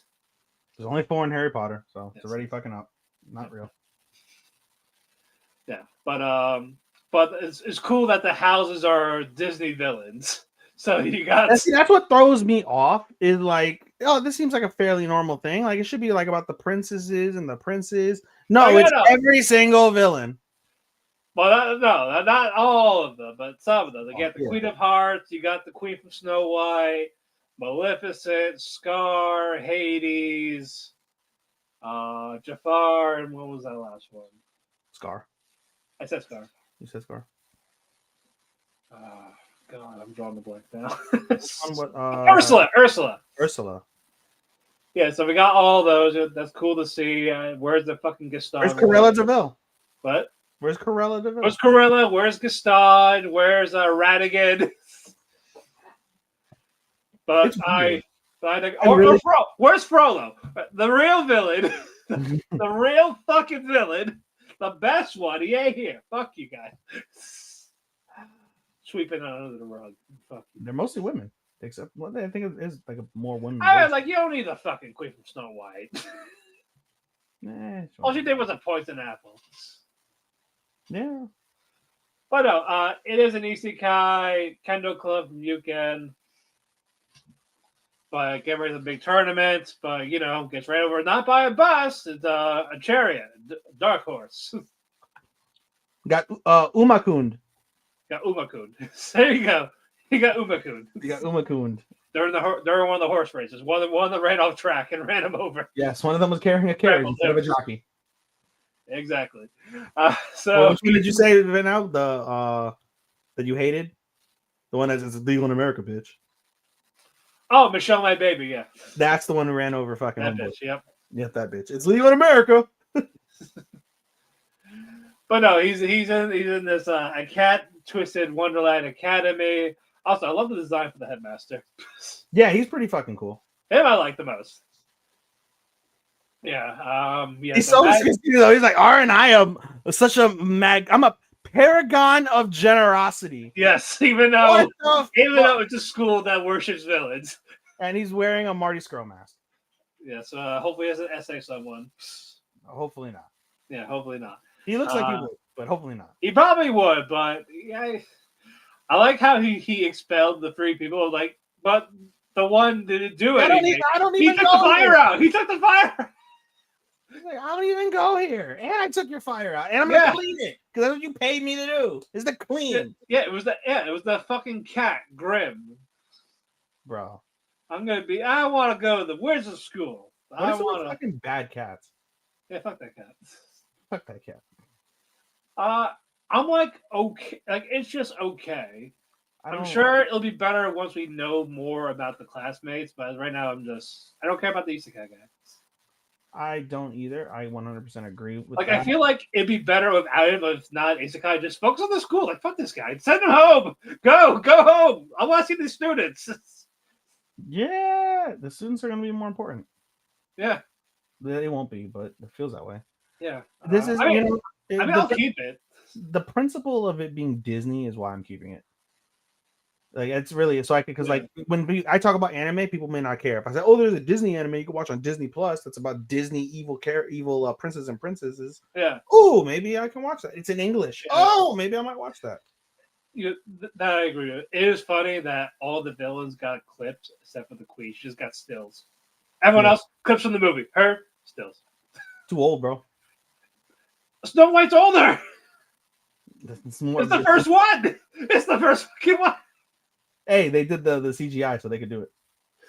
Or sorry, live action Snow White. Fuck that one. I still will not watch it. I haven't watched it. I don't plan to. I refuse. But anywho, again, it's okay. I will keep it. I do want to learn more about the school. I'm gonna keep it, but it's not gonna win any awards. Off No. 2 episodes, it's not gonna win no fucking awards. I say it's not great, but it's not awful either. It's not insulting, no. I know. We already got a couple of somethings, but we'll get to that later. But next up, let's do Wedding Rings. Wasn't terrible at least this week. It's not terrible. It's still stupid. The premise is just dumb. Yeah. It's a slumber party with Crystal basically apologizing. Hey, look, I'll sit in the cook chair now. Not just all of you. I'll also like whoever gets first dibs at Sato. It's fine now. It's fine. It's like, you sure? Because I'll jump on that. You won't. I will. I don't care if it's a pussy. I'll do it. They should have scissored. That would have made the show fucking better. Did they scissor? Yes. They all could have felt because they didn't say the bond didn't have to be with just the man. That's true. They're all in this poly quasi marriage. They can They can pair up their own love, have that, and just all he has to do is just fucking kiss him. That's it. Yeah. Or he could be a cook. Just watch. Just hold hands. Just Hold hands kiss. while he's in the cut chair. It's for the good of the kingdom. It's for the good of the kingdom. Bro, that's all he needs. You don't have to just rub his thighs without touching his chin chin while the girls are doing their thing. Yeah, pretty much. And fucking Mariah. Get more powerful with the smell in the air. The smell in the air will permeate. The smell of the pheromones. Smell of the sexual female pheromones. Yeah. You wouldn't know what that's like. He wouldn't know. No, he wouldn't. No, well, didn't one of the girls 69 him 2 episodes ago? Hime's sister, who's not a wife. He's not a wife. But in his episode, she admits she'd fuck him. Yeah, but he's like, no, because you're not in this relationship. He's like, oh, but if I was. No, literally, it's like you're not a ring king. Well, it says in order for the ring king to get his powers, he has to fuck a wife. It didn't say you couldn't marry other wives and not fuck them too. Yeah, but he won't. But he won't because he's a prude. Exactly. Like, you got all of them. Like, take them, bro. They should have made the main character a foreigner. Oh, he would have just fucking railed them. Yeah, we tried the studio. Oh yeah, it's over. It's game over. Four of them would have been pregnant by now. Hell, they'll take him if he doesn't. That's the rule. Like, you're cordially invited to fuck my ass. That's why you're a transfer student. Japan's. I love the transfers. Japan's principle of the declining birth rate. Yeah, but eventually they're finally out. All because they were stuck because Crystal was fucking insecure. Fuck you. Basically. So now is basically they're going to the next town, but now they're gonna split up. Well, it's not the next town. They go back to the capital. Sorry, they go wherever it is. They go back to the capital. They meet up with the king. The king is of sound mind now, but we see the king is still a dick. He's still an asshole. He still doesn't believe in the Ring King or the fucking marriage. He wants to keep because basically they go there to get the Ring King's sword, right? So the second best object for the Ring King can use other than his magical ring powers is an actual sword that's tied to his ring and his powers. And the king is like, nah, I'm not gonna give it to you. If you fuck up with a sword, you're gonna die. You're gonna be in more despair. So we're better off with the sword here. Fuck off. Yeah, but no, they regroup in their hotel are like, hey, we're gonna split people up because the people that are stuck with magic, they're gonna go. That way they can learn magic. You're not fucking them anyway. What's the point of them Yeah. being? So Saphir and Amber, since they're great at magic, they're staying. But Granite and Hime, they're going. Yep. Did Nephritis join them, or did she? Yes, Nephritis joined them so she can get even better. Because she's Yeah. good, but she can get even better. Yeah, and then, then, Sister and of course, goes. obviously, Hime's sister's going to guide them there. Yes, because that's where she's been her entire Yeah. life. And then we get the reunion of Saphira and what's that guy's name? Mars. Yes. Mars. Yes. Like, oh yeah, we're good. Like, oh yeah, we didn't die. We actually held them up pretty well. We've been fucking too. Have you? No. What's that like? At least with one, you understand because she's like got like the child body. So it made sense that he's like, I don't really want to. I don't look at you like hot. You talk about Saphir? Yeah. Oh yeah, she's very flat. That's it. Yeah. The other one's like, yeah, like one of them, like hell, Amber's ready to go. She'll just collect a sample. Just jerk off. She'll collect the sample, like something. bro, that Glock 8000 on her. Right? She's got to have the Glock 8000. Oh yeah, no. But come on. She is the perfect definition of pocket pussy. Exactly. It's The perfect definition of pocket pussy. Yeah. Even though they said that they and he gave still her, won't. And he still won't. what's crazy is they gave her ovaries and like and fucking eggs. So she And can even if they did it, it's still a wet dream. Like, come on. it's still a wet dream. Like that going raw, never worry about pregnancy. Cool. Let's go. So I mean, For real. for fucking real. But we'll see what they're going to be cooking next time or not cooking. Not cooking. The answer is not cooking, Matt. They're not going to cook. No. The series will end with them cooking, and we won't see it. Yeah, no. But we'll have a show with a dog licking a girl's nipple, and that's... And she comes. Exactly. That's fine, apparently. That's... What are we doing? What's worse, bestiality or chromo? Yes. It's Yes. Moving on. We got One Punch Man. an okay episode. This series, I feel like it's a whole lot of nothing happened at the same time. There's probably like out of a 23 minute episode, there's probably like 5 to 7 minutes of like content, and then the other like 15 to 17 minutes of nothing. Yeah. Yeah, it's basically all of a sudden they can't trust Genos. Because he lives in the fucking same city as the monster organization. Yeah, so it's like, all right, well, we can't trust these clankers, so let's. Can't trust Silver Fang, because fucking. Yeah, he hangs out with Genos. Yeah, they still don't know about Saitama. Yeah, we want. We're gonna get these Class S here. It's like no, not all of them. So no King, no Bang, and no Genos. No, King is gonna be there. They brought King. He can't because King in the episode King fell asleep on the floor. Yeah, from a hot pot that he didn't have. Yeah, and then fucking he woke up and was like, "Okay, I'm gonna take out your trash." So fuck King Child Emperor. Yeah, so basically, fuck Child Emperor. Yeah. Even though the higher ups are like, no, I think we should tell them. Like, we need the S-Class heroes. Nah. Like, okay. And he They're goes, the same thing anyway. Yeah, and they'll know somehow, but King will tell them. But yeah, it's like, all right, fine. So, and no Fubuki because the sister doesn't want to. Like, yeah, no, don't take her. But then she'll come and save Tatsumaki. Saitama will save Tatsumaki, grab her by the pussy again, and it'll be like, oh. No. And we won't get that infamous the panty shot yet of her, but. But no, and then the end where the kids are held hostage in jail. There's an intruder. It's fucking Garo. Garo's alive. He kills it. In one frame, he beats up Royal Ripper.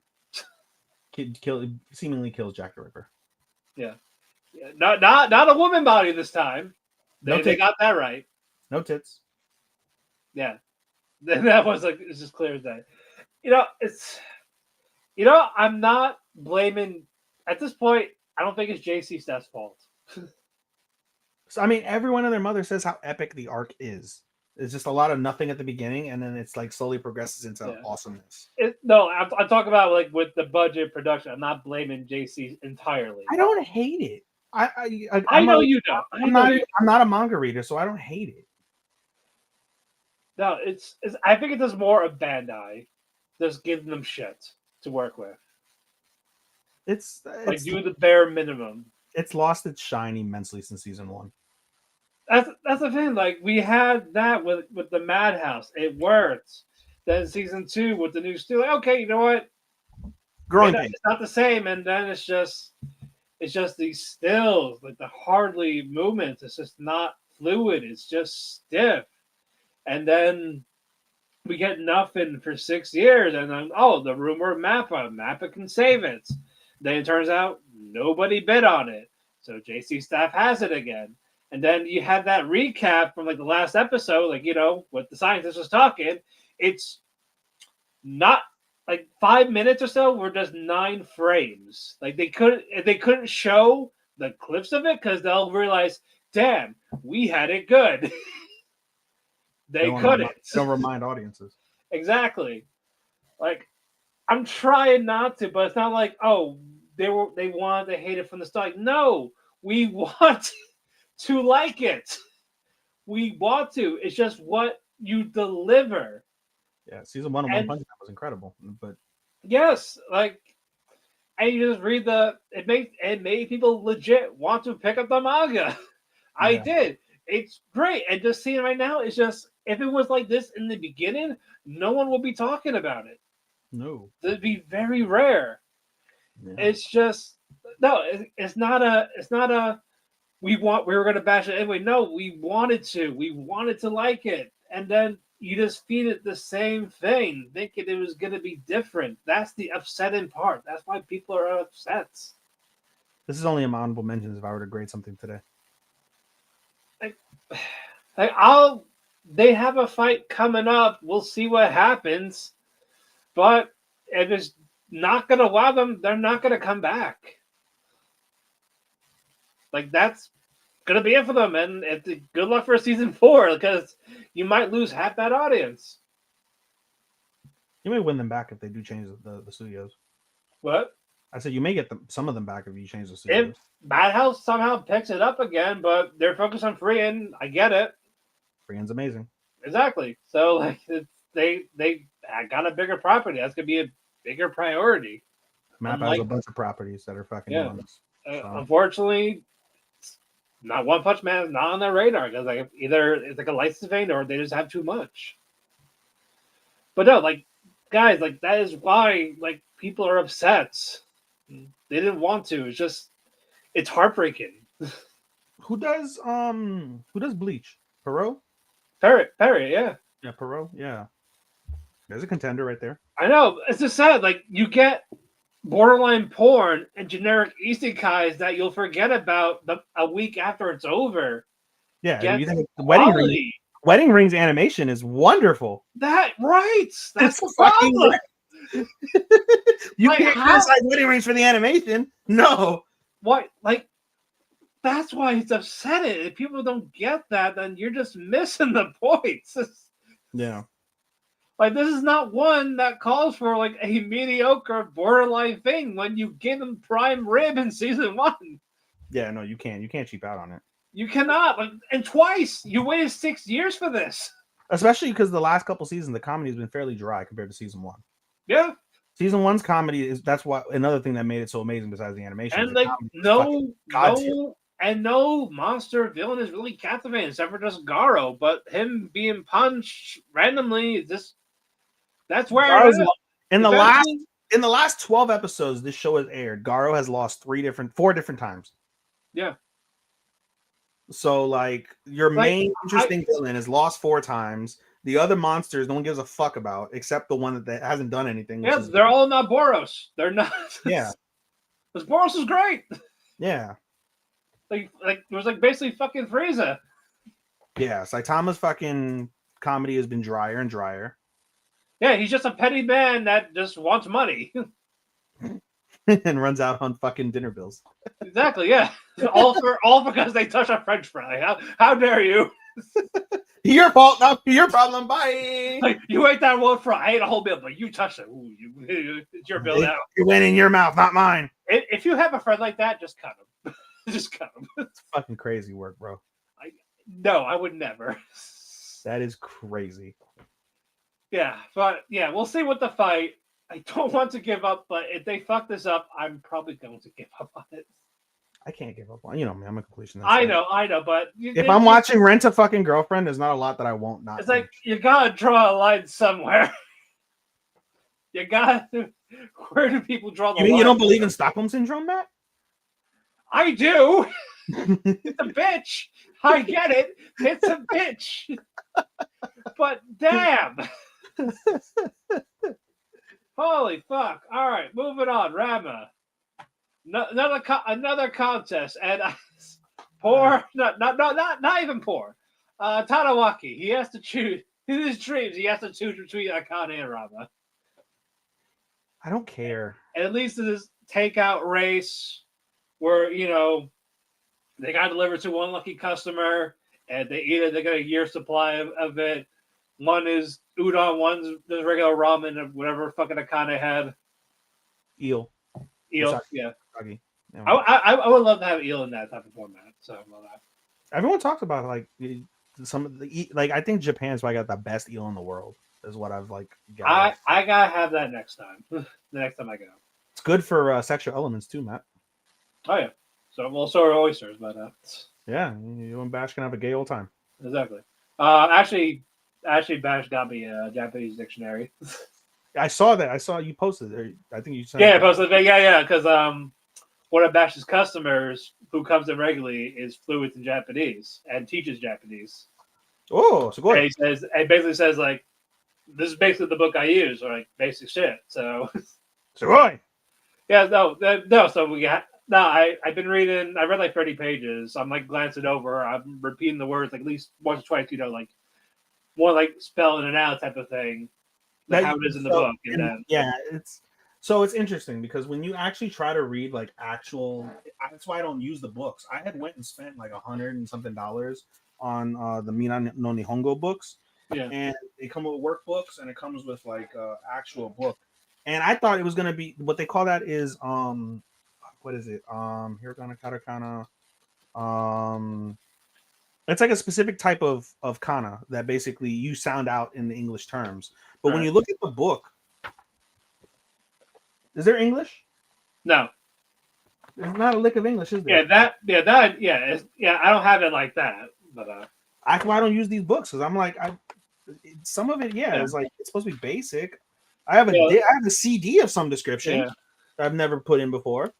That was funny. Like years ago, like on my 20th birthday, I had the Rosetta Stone for Japanese. But the problem was, it's like if you don't have any basic Japanese, you're good luck. Like they don't help you. Like so, like I got this for nothing, so I had to give that back. I had to give it back because it's like, it's like good luck. You had to know the basic amount, but I didn't know that until I installed it. Yeah, but and then I look at this. It's a small book. It's simple. It's just more for like phrases for like transportation, hello, where and stuff like it is. It's a survivor's guide. It's a survivor's guide in essence. I mean, look, you know what? That's fine because I didn't know much when I went the first time, and I got by fine. But a little bit helpful, sure. Yeah, like this workbook is better. This workbook gives you some English. Like that's cool. Yeah, but I've just been using Duolingo. Right. I do want to try one of those, like stuff we like you listen to while you sleep type of thing. Oh, immersion.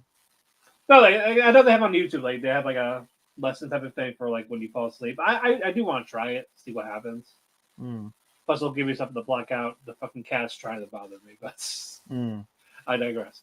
But takeout race is Akane, Ranma, Shampoo, the usual suspects. And this is all the collation of Kuno basically choosing Akane or Ranma. He wants Akane because Ranma's never around. But whenever Akane gets Ranma to be in girl form, it's like, oh, I want you. Already, you're the only one I want. Mm-hmm. And it got to the point where Shampoo's dish is busted, Akane's is busted, Rama's left, but the guy has to eat it, but he won't eat it when Rama's in guy form. And when he's in girl form, the Rama's kind of like soggy, there's like a tree branch in it. It's not edible, but No. he eats it anyway. Even though he calls it the best meal ever, because it's with love. But no, Rama wins. That was kind of obvious. I don't care about Ranma a lot. Some of the comedy is good. That's why I still watch it. Yeah. The overall story, I don't care about the overall story. I don't right now. But I get what you're saying though. But next up, speaking of stupidity, Isekai Quartet. I love Isekai Quartet. I don't give a fuck. I don't know. No, I love it, but I'm saying the stupidity from Whis. Ordering all these ingredients while Pasta so fresh, it's still alive. yeah. I mean, if it was alive, I would try these pastas. That's how they came out. Try zombie pasta? That was it. If they weren't alive. Oh, they were okay. Like they looked pretty good. It did, yeah. Like, all right. Everybody's dishes came out pretty good.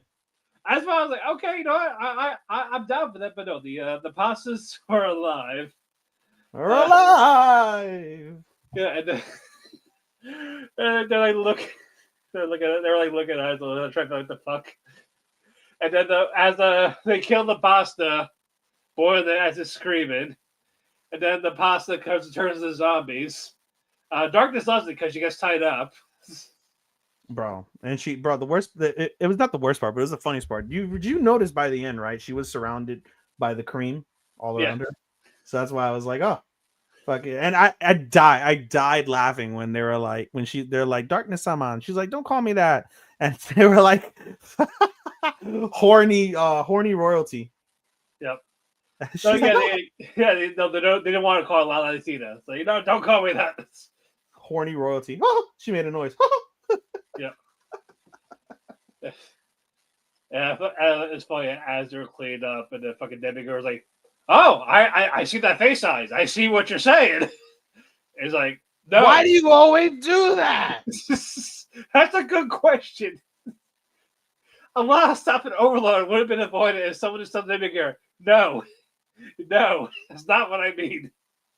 Bro, Ainz is the most OP character that doesn't do a hell of a lot. And what he does is it's a one-hit kill. Yeah, it's overkill.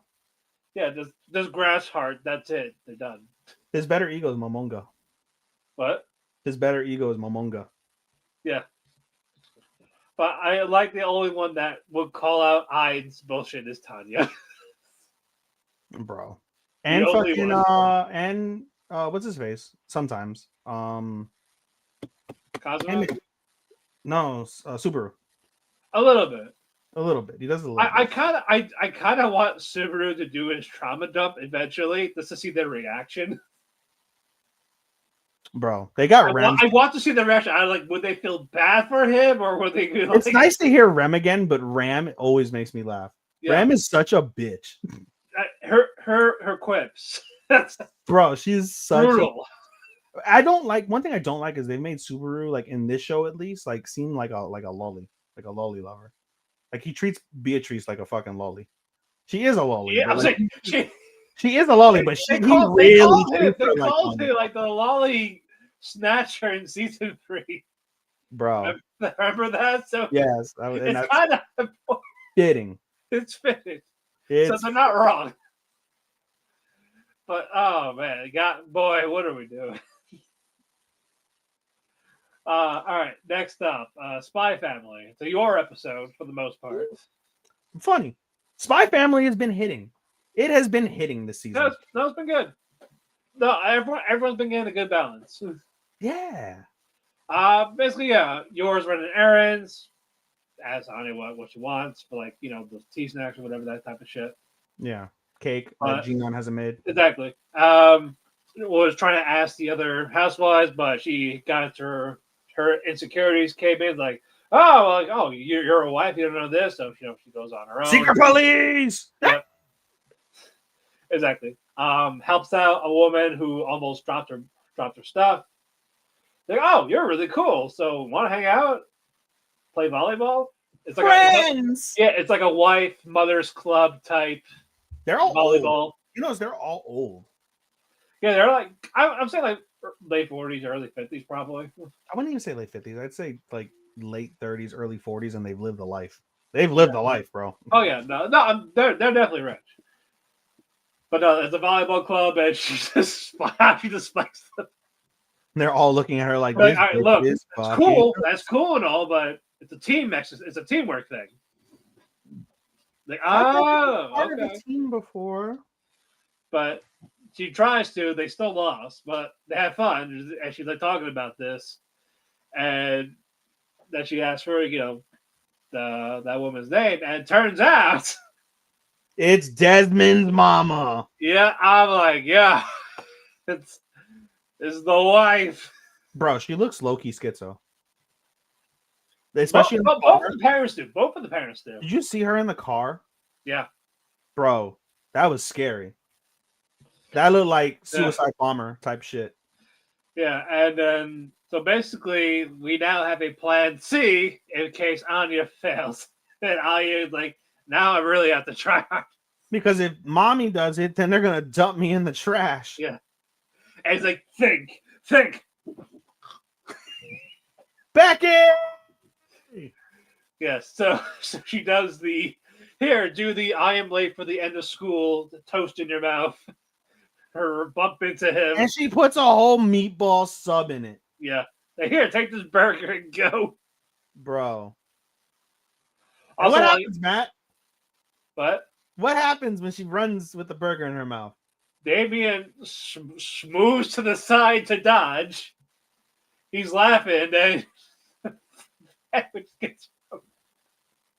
it gets thrown at him, and the friends were making fun of the bro. They fucking called him Bunyan. Damien says Damien Bunner. Yeah, Bunyan sama. That made me laugh. Yeah. Also, what's crazy with yours, like, oh, I wonder if I could be friends with this person. So she goes to her boss. It's like, oh yeah, well, law doesn't interfere with our policy. Oh, well, she's this politic. Like, oh, I see. Great. No. She said that about Lloyd. Oh yeah, Lloyd's a different policy. Like, oh, your husband. Yeah, we might have to kill him. Bro, I missed the Mr. and Mrs. That was so amazing in episode 1, the Mr. and Mrs. Smith dynamic. When they first met. Yeah, when they first met. Yeah, that was cool. Oh, I want more of that, bro. I'm sure we'll get something close to it eventually. That's why the back half of the movie was so good to me. Like, it's like the front half, I get why they did it. I didn't really care. Poop scene was hilarious. Yeah, like all their stuff came together without the other knowing. Yeah, it's like one of the best animated things about all of 2023 is the poop scene. Yeah, and that's more than One Punch Man. There's way more than One Punch Man. Holding it a shit is more cinematic than One Punch Man. Think about that, folks. Yeah. But yeah, and for the people that are bad, justice shall be done. Yeah, awful. All right, moving on. 2 Year Eternity. I mean, I gotta tell you, Fushi is so naive. You know something? I don't care about him in school. Why does he need to be in school? There's plot now because you'll get into why the school is important. But up until that point, I was like, it's so pointless. Well, they never had an education, so it's more Banchan's like, hey, look, you're here, you may as well learn. How do I use a pencil? Even though Banchan apparently knows everything. Yeah, well, Banchan's been alive for 2,000 years.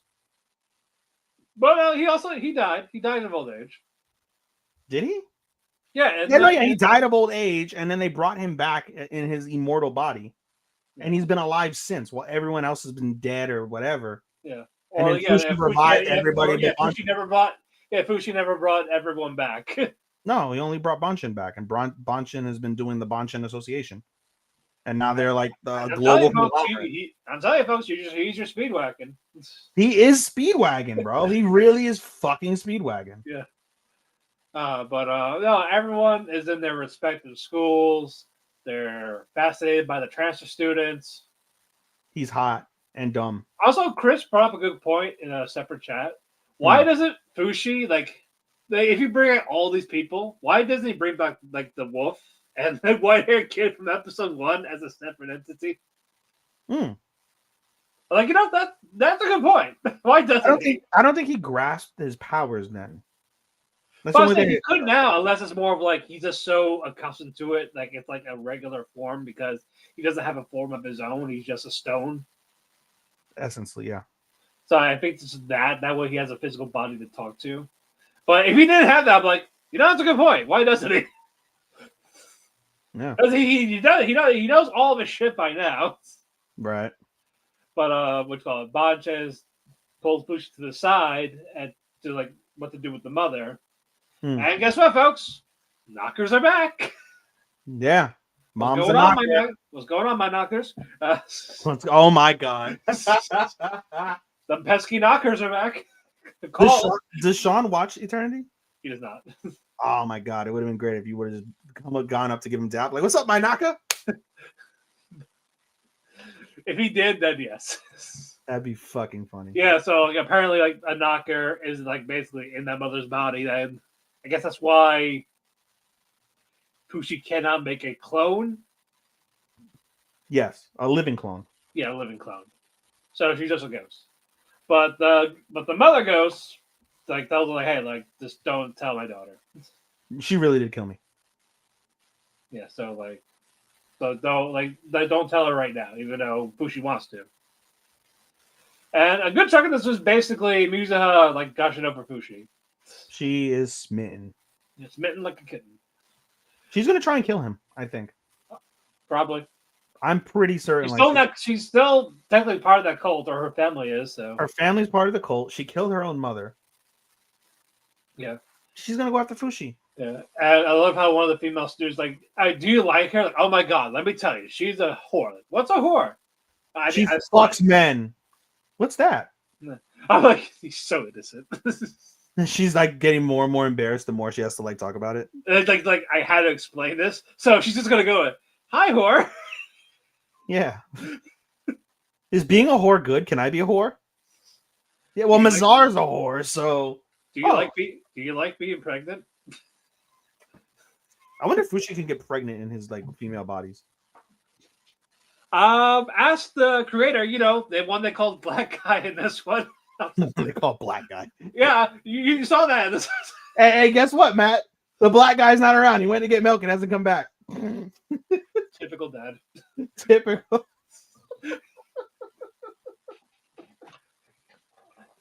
He is. We're going to hell. Yeah, we are. But the episode ends with this creepy girl on the swing.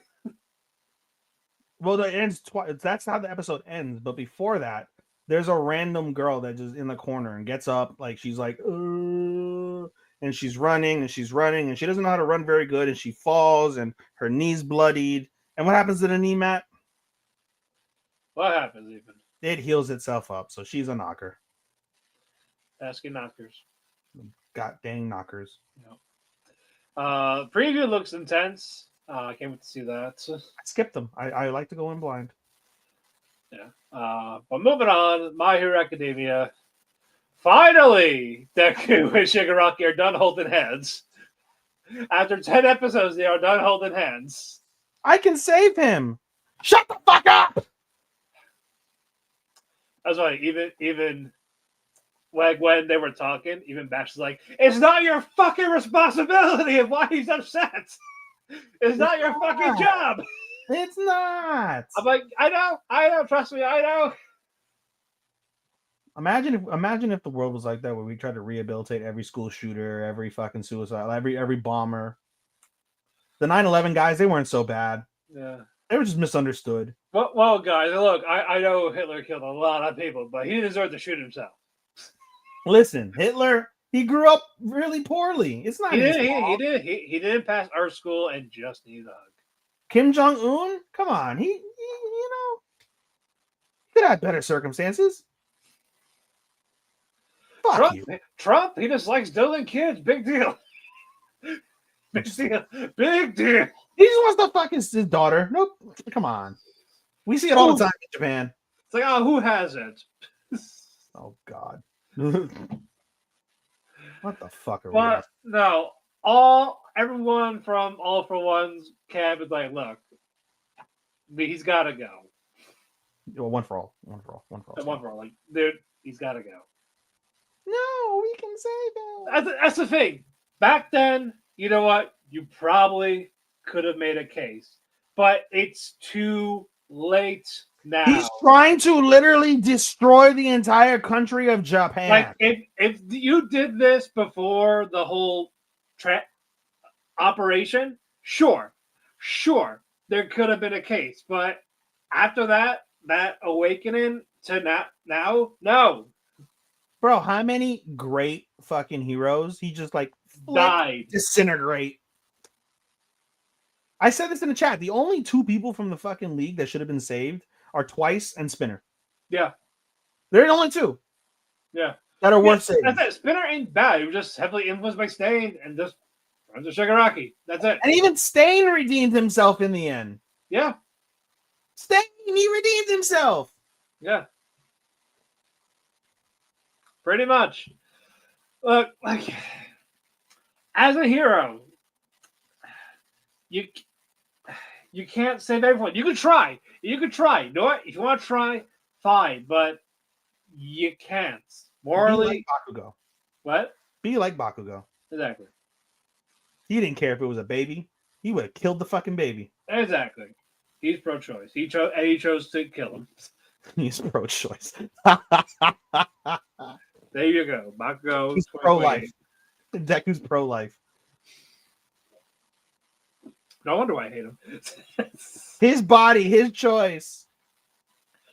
Yeah, no. And so the One for All's idea is basically like, you got to get rid of us. No, well, they get this idea. You have to back up for a second. Basically, All Might is passed out. He's fucking done. He's passed out, and he dreams of Stars and Stripes, and he sees like basically kind of like a premonition from Stars and Stripes' like last like she's still haunting Shigaraki inside. And because All for One can reach Shigaraki's core, they see like, oh, he's got a sliver in his core. Yeah. And that's like, they mentioned his core. He doesn't really have a heart anymore because he's not really human, but his core is his will. So if you destroy his core, you destroy his will, and his will is what's driving all of this. Yeah, and that will kill him. But from the inside, yeah. Yeah. So, and also, yeah, we lost one of the One for Alls. He touches the spider sense. The spider sense one's gone. Yeah, Spidey sense is gone, and now Shigaraki's using it and fucking easily evading fucking. Yeah, and then that's when they were telling Deku, like, dude, yeah, you gotta let us go. And then Deku's like, no. Like, I know, because I will die. Like, listen. Because if we do this, like, we can beat that core. Like, we can go in there. Your only hope. If this is a battle of attrition, we're all gonna die. You can't handle a battle of attrition. Yeah, like, and you're basically like the last person right now. If you're gone, that's it. This is the final plan. Yeah. So, like, you have to trust us. Even the second one, like, basically the one that actually used it first.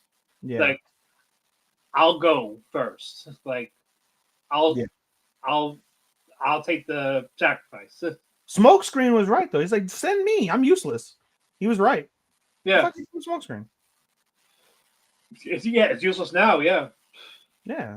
Fucking send. But eventually, Gearshift wants to go. So all right. But he mentions a good point, which made sense. Gearshift is like, listen, if you get rid of me, you're no longer under the recoil, and every time Shigaraki tries to use me, he'll be affected by recoil. Which I thought about that too in the middle of the episode. I'm like, no, he won't, because he's got ultimate regeneration. So he just used regeneration to fucking dismiss recoil, no? I don't know. I would think so. I would think it doesn't affect him that much. Right. But yeah, that's where we're at. I know it is the final battle, but they're dragging this final battle. This is Goku and Frieza, baby. Come on. I know it's Goku Frieza or Gohan Cell. This is Gohan Cell right now, baby. Come on. Yeah.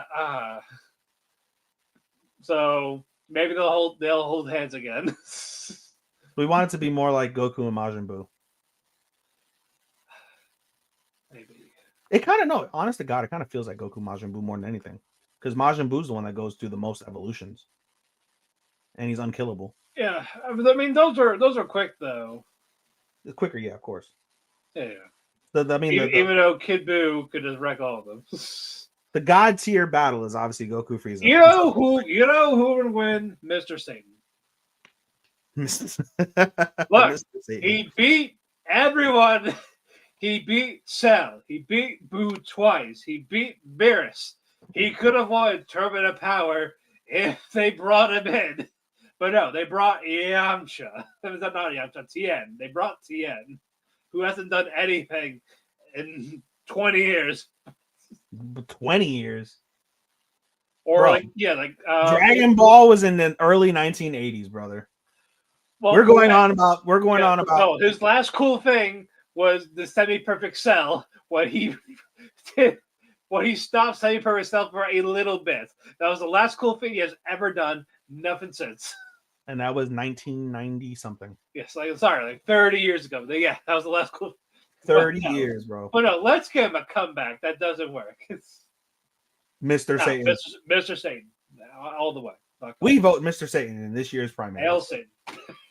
Hail Satan. So let's see what happens next with that. I'm enjoying the season though. Really, outside of that the whole moral conflict that we hate, it's a fabulous season. It's still good, yes. This is really good. All right, next up, may I ask for one final thing? This wasn't so bad. Not bad. This was one of the Scarlet did not beat up Julius. This was kind of one of the lower episodes, but it was still good. But it wasn't as. It picked up at the end. It did. Yes, it did. But yeah, they're going to the Kingdom Diana to visit her. Yes, because Julius needs Scarlet's help. Because Sarah going on for that religion, they think the antagonist is they're going to come over, fuck it up, or kill Diana. Mm-hmm. And they get there, and then of course Scarlet sees a fat guy. Like, ooh, can't wait to uppercut that. This is where we get the whole "when pigs fly." This is where it was invented. It'll go down somewhere in history. Where pigs fly. That was a cool uppercut. It was. Motherfucker had it coming. It would have been great. It was like ding ding ding ding ding ding ding ding ding, top prize. Exactly. And we get this one general fellow. What was his name? Like the elf guy. Was it Dios? I didn't pay attention.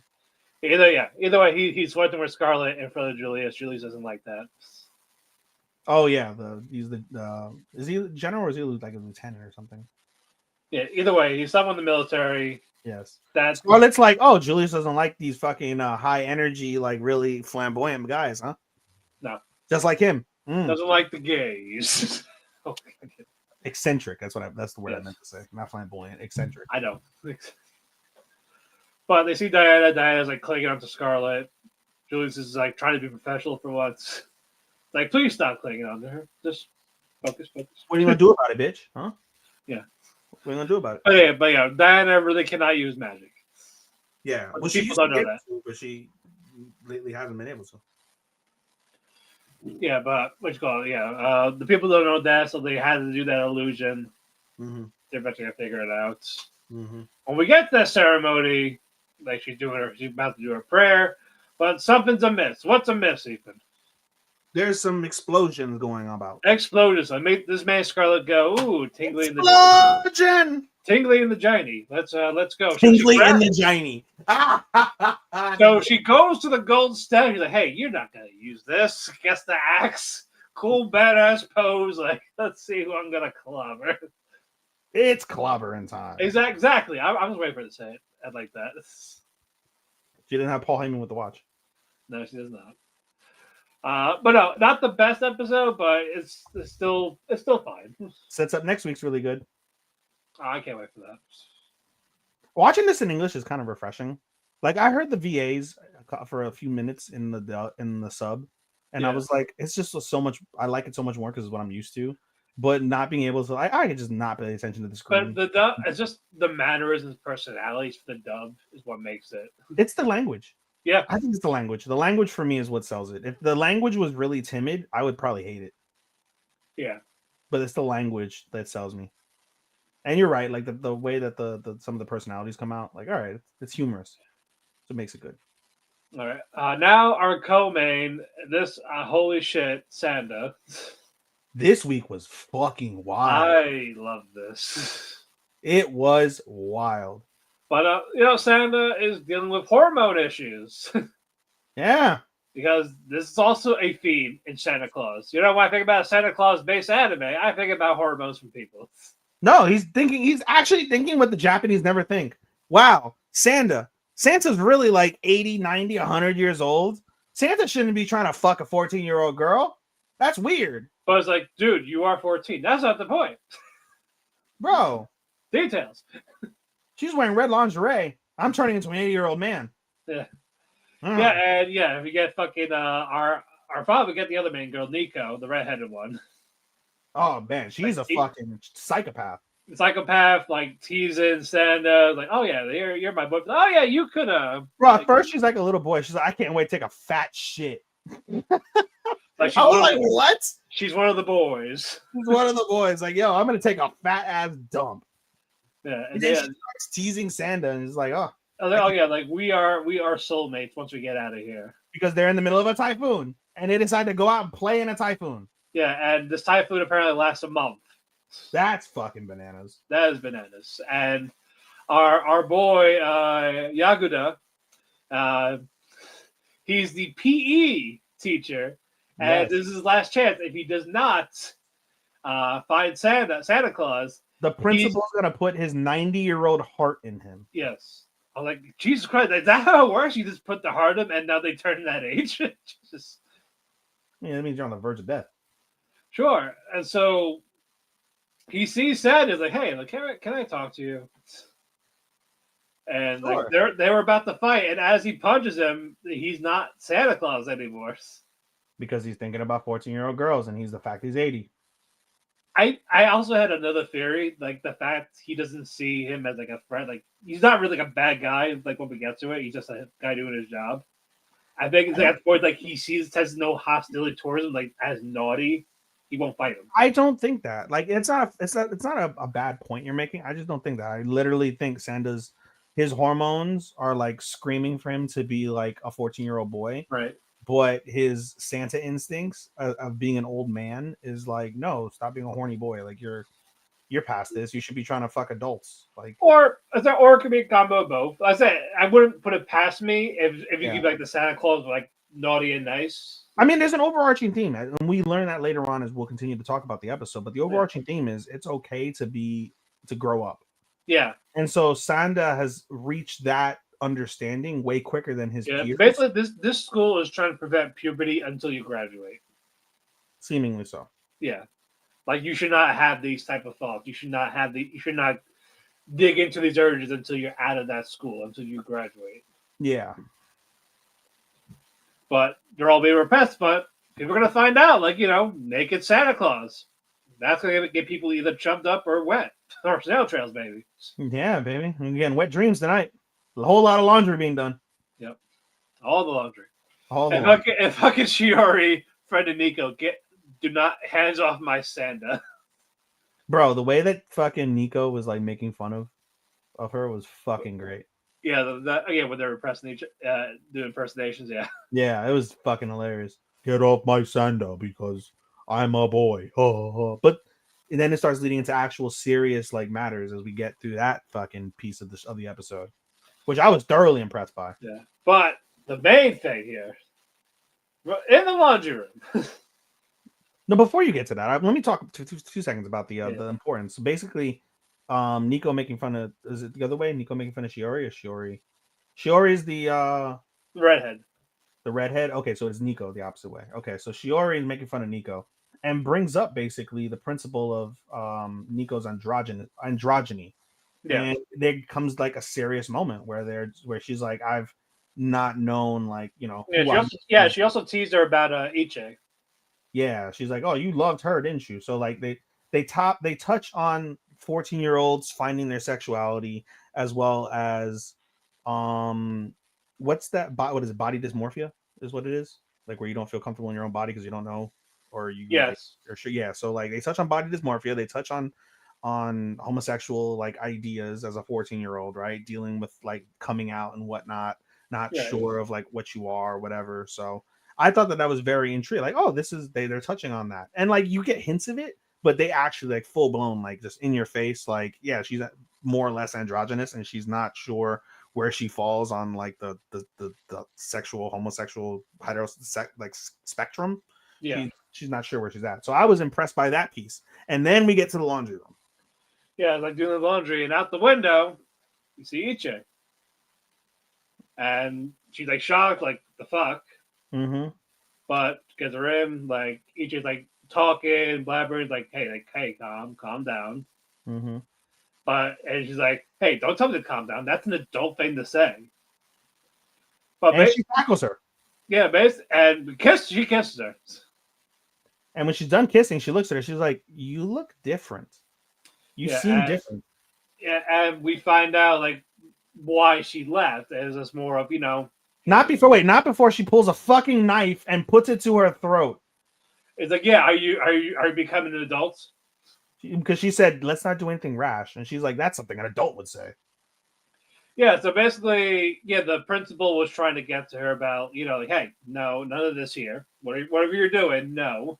Mm-hmm. Say, no, I'm gonna run away. I'm gonna be free. Be a kid forever. But the reason why she runs away, though, is because, as Matt had alluded to previously, the school is trying to stunt puberty until you graduate. One of the things that she mentions that the school instructs the kids is you don't need sleep, and everyone knows when you sleep you repair your body. I've known that. And then also as an adolescent, that's when you grow or you go through more pubertic changes or get wet dreams. And so Nico, not Nico, what's her face? I always forget the damn name. There's Shiori, and then there's the other girl, Iche. So Iche always looks at Shiori like sleeping, and she's like, I love the sleep, and then she's like, but that's how you become an adult. And she never sleeps. She just kind of creepily looks over Shiori, and then basically one day she finally falls asleep, and that dream, that's a crazy dream. Matt, do you want to elaborate on what happens in that dream? Saucy, full on lesbian like sex, basically. It occurs like, and they kind of show a little bit of it, like she touches, there's kissing on the neck, there's groping, like it's hard, it's pretty hardcore. If we didn't have Tales of the Wedding Rings, this might make our fucking ecchi of the season based off this scene alone. But she wakes up from that, she's sopping wet, her tits have grown, she's taller, and she's like, holy fuck, if they see that I went through puberty, they're gonna kick me out of school. And she runs away. Or do worse. And she runs away. And also, like, yeah, we're at the ending where Shiori tells her, like, it's okay to grow up. Like, you don't have to be scared. And what happens after she says those words? There's a lightning strike, and the camera pans out, and the principal creepily. He heard everything behind them. I was just like, oh shit. You said the end, and I was like, LOL, as I was getting to the end, and then I looked at the screen, saw the lightning, saw the fucking creepy ass principal behind them, and I was like, oh, it was like a little bit of a jump scare for me. Yeah. I was like, oh shit. And then I was like, said, oh, that fucking ending. I said, oh shit, when it happened, like, oh shit. Oh no. I said, oh shit. That's how I said it. Yeah. I was like, ah, shit. So now it's on. I can't fucking wait. It's on. Sanda was one of those. I was like, oh, this is kind of funny. And then like episode 2, I was like, this is kind of stupid. And then 3, 4, and now 5, I'm like, okay, this is getting. We're just getting more and more. Well, this is getting good. Sanda's getting good. Yeah. All right. And Finally, our main event. The show that won't be back for a month. Yep, Chitose is in the Ramune bottle. The hiatus bottle. All right, yep, in the hiatus bottle. We'll talk about the last week real quick. It's basically Kenta found her friends, and guess what? They're awful people. Pieces of shit. Yeah, like just insulted him at every turn. Yep. Like, oh yeah, we were catfishing you. I made her say this. She went along with it. She was happy. It must be hard to be that pathetic. I'm like, dude, if I was Kenta, I would just punch one of them. I would have flipped the table over. Oh yeah, flip the table, pull the hair of one of them. Like, yeah, make a scene. 100%. And they already are making a scene. Well, no, it wasn't them making a scene so much as it was. Saku, came in like checking up on Kenta, and he's like basically talking down on these people, like, hey, you guys are pieces of shit, basically. Yeah, like Kenta's achieved stuff that you're never gonna achieve. Like, he's done so much for himself that you guys would never be able to do for any of these. And then they were insulting Saku while also doing it about Kenta. Mm-hmm. And then this made Saku like break character, basically pinning one of them against the wall. And then you get fucking Yuko say, "Hey, you can only pin me." What the fuck? And then she goes over to Kenta and rubs Kenta. They're like, "Holy shit, a vagina likes you?" Yeah. Guess what? Genuine. Yeah, like a friend. Homies. We're homies, bitch. Also, I also love Yuko's dress designs. So I thought that was a good dress. Bro, I love the character design of Chitose a lot. I really like the character design. Mm-hmm. Also, I appreciated in episode 4 when Saku told Kenta, like, hey, it sucks that your first love wasn't real, but it's also the best thing you probably could have possibly ever had because now you can have a real first love. Yeah. I like how they're like, oh, 3 weeks is up. Like, well, I guess this is goodbye. And then talk Kenta about, like, can we be friends? Like, we are. Yeah, they're like, Kenta's like, I promise to one day be an amazing person and I can one day join the cool kids. And they're like, what do you mean you are part of the cool kids? Like, so what's over is the mentorship shit. You're on your own trying to figure yourself out, but we're not friends. We're not. There's like, hey, who are you? We're not savages. We're not gonna ditch you. Yeah. And he starts crying. Yeah, and then he has that conversation with Asuka. I like his stuff with Asuka. It's like feels like that private, like like he could be himself without. She's very alluring. I love her as a character. She's very mysterious. Yeah, like she almost seems like a ghost. A little bit. I get ghostly vibes from her. I mean, she's not, but there's this. She's not like some kind of like spirit deity or something. Like pops up only at the riverfront. They talk for a little bit, and then they go their separate ways. She disappears until she's needed again, or he. Yeah, or like whatever. They just bump each other. She doesn't like making plans. She don't. Yeah, but no, I like the dynamic because it makes Saku feel like, hey, I don't have to put on facade. I can just be myself, type of thing. Because it also makes Saku more tolerable from the point that he's not perfect around her because she's more perfect than him. Right. So. And then the end of that episode is basically Yuzuki and Saku. Yeah. They're like this almost the same person, just different gender. With effectively. But that episode ended with Yuzuki basically asking Saku out, like a proposal type of thing.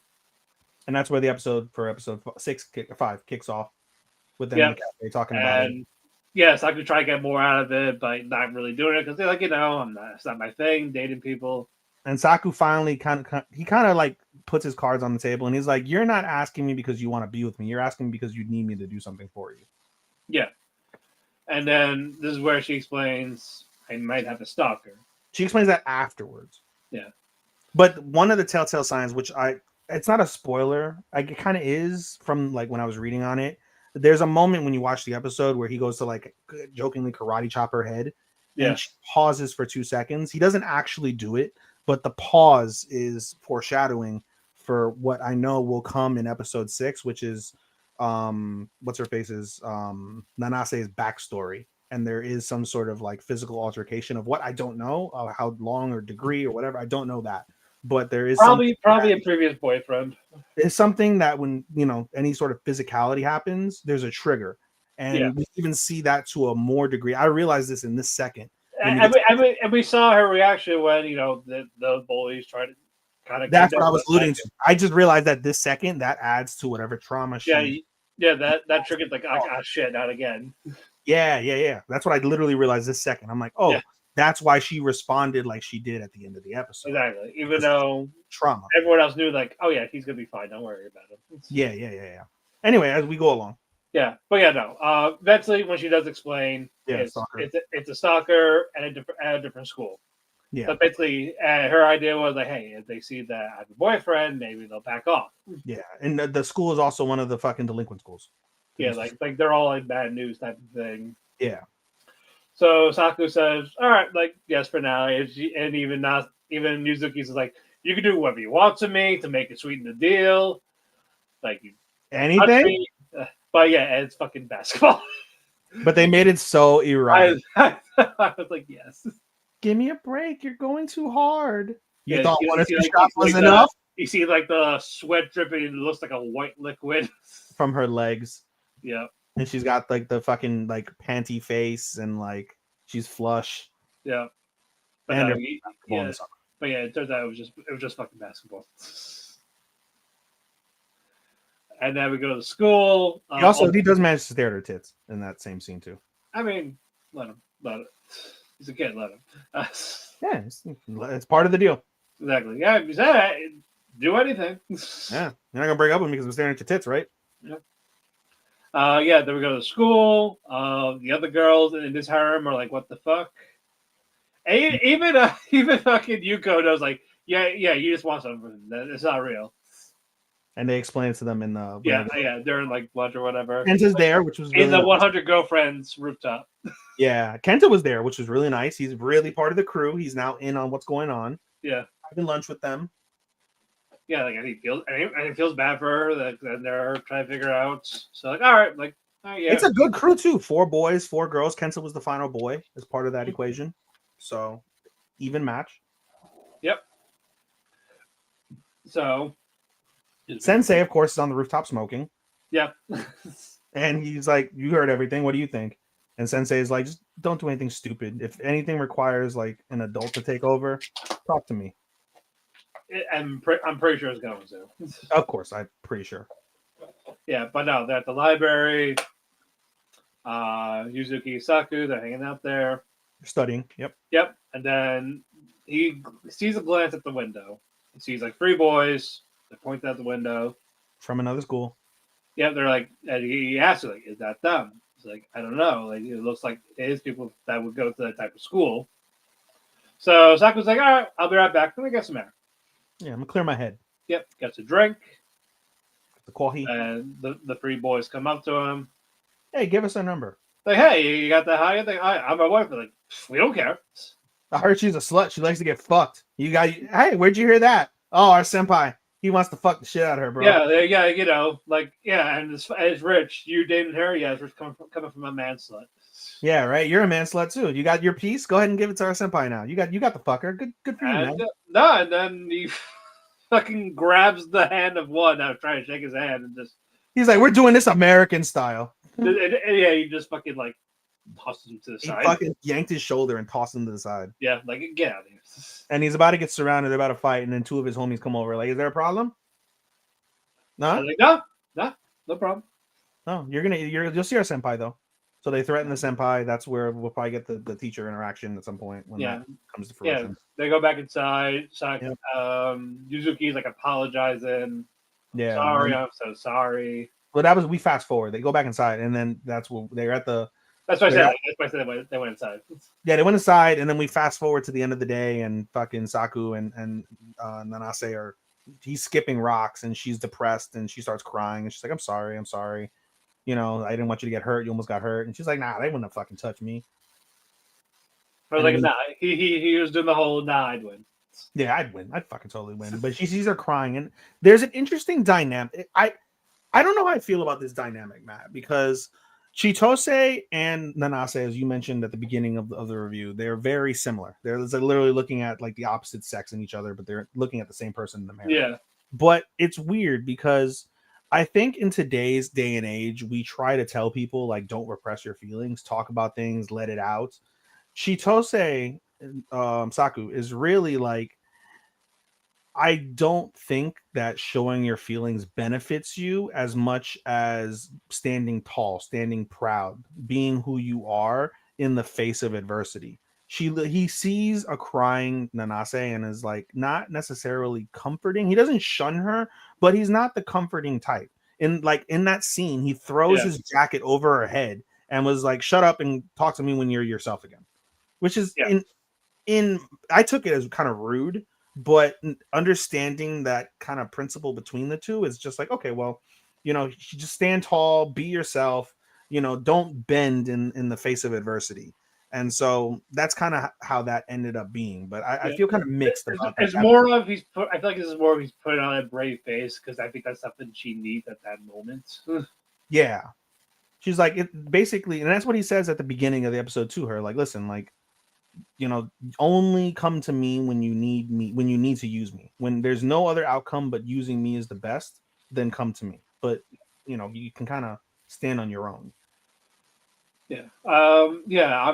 I'm sure Saku has some skeletons in his own closet. We're probably not going to see that till like probably that second core. Yeah, I mean it's all well intended. It's just it came Yeah. off a little rude, but it's early on, so not gonna take off any points Yeah. for it. Like again, Saku is not perfect either. No, at Like all. he like I'm yeah like, we know this even though people think he is, but in reality he's just not. He still doesn't know shit, and he still Mhm. and everything is like still a learning experience in some type of degree. You know what this reminds me of? I was literally thinking this a couple weeks ago. I meant to tell you this on the air. You know what this Yeah. show reminds me of? This show reminds me of damn it, the one rom-com where he's a loser and then like he goes to like the girl coaches him up. Damn it, I forget the name of I'll it. say that narrows it down. Fuck, it had Did we both watch it, or was it a you? I think we both watched it. Let me see something. Minami, because one of the characters I always remember Minami. Minami. Fuck, it has to do with video games too. Tomazaki. Tomozaki, yes. Okay. This reminds me a little bit of Tomozaki in that aspect, right? We have Chitose Right. as the main character, who's the cool guy, has all the cool friends. You have Manami, right? The girl. Yeah, and then the one girl who like knows it all, but Yeah. she's not. There's no like Kenta reminded me of Tomozaki for a little bit, and now he's not a main character. He's going to be like a good side character. But the first, at least part of the show, was about like Tomozaki-esque character, and Chitose's being that like Manami character. That's what I got that feeling from watching the first few episodes. This is like She's Chitose is Hinami in this situation. Hinami, that's who it is. Yeah, Hinami. Yeah. No, I get what you're saying. Yeah, that was my correlation. Thank you for that. Yeah, I can see that. But no, it sucks that we got about 3 or 4 weeks, but I still looking forward to it coming back. I am. Like I said, the first couple weeks I was like, meh. And then like slowly but sure, like the last 3 weeks, I'd say I've come around.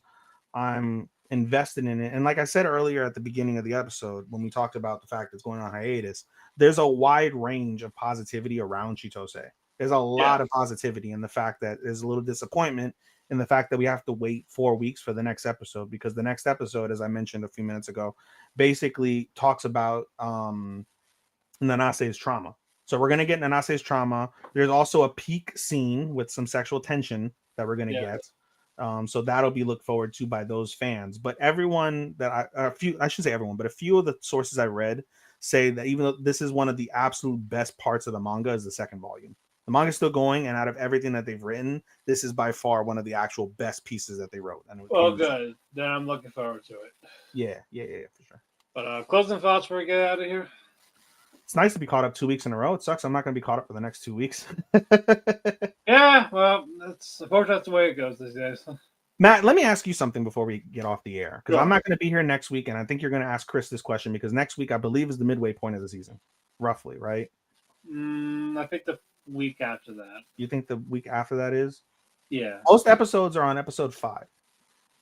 To be fair, some are like in that 5 or 6. So I'll ask you this question. You can ask Chris the question next week. Give me a 5 in no order. Top 5 so far this season. No order. No order. Okay. No order. I won't torture you. Alrighty. Give me. May I ask? Sanda. Uh, hmm, Magical Princess.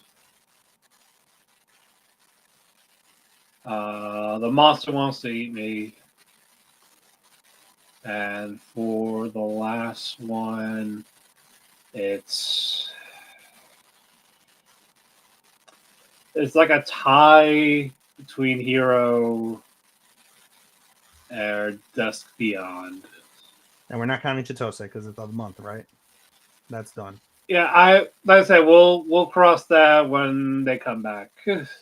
Hero isn't it's a double core, ain't it? This is it. The 13. It's only 13? Okay, cool. That's it, yeah. Okay. So, okay, not a bad list. Yeah, like I said, it's literally just this fight and a little bit of Yeah. epilogue. That's different. That's not gonna be 24 episodes. Okay, thank God. Okay, that's a decent list, no problem. Yeah, it's not sequel heavy. It's just mostly new shows, and I'm just more impressed with the newer shows. I feel the same way for the most part. I have Sanda also. I have My Hero also. I have Assassin, as I talked about at the beginning. Assassin's status. I have Yano as 4 as a surprise, and my 5th one, which will surprise most people so far, if I were to give it a top 5 rating, I'm going Spy Family. I'm going Spy Family. May I ask is 6? It might eventually. It's just right now. It's just we'll see. Through 5 episodes, at least through half mostly half for me at least. It'll be half because I'm not gonna be here the next 2 weeks. But I'm picking Spy Family over not by much, but I'm picking it over. May I ask? Yeah, and the only thing we really can't rank is Eternity because that's gonna continue. Yeah, that's the only one I think that's gonna continue that we have. Yeah. Just look at my list. Yeah, that's my only continuous score.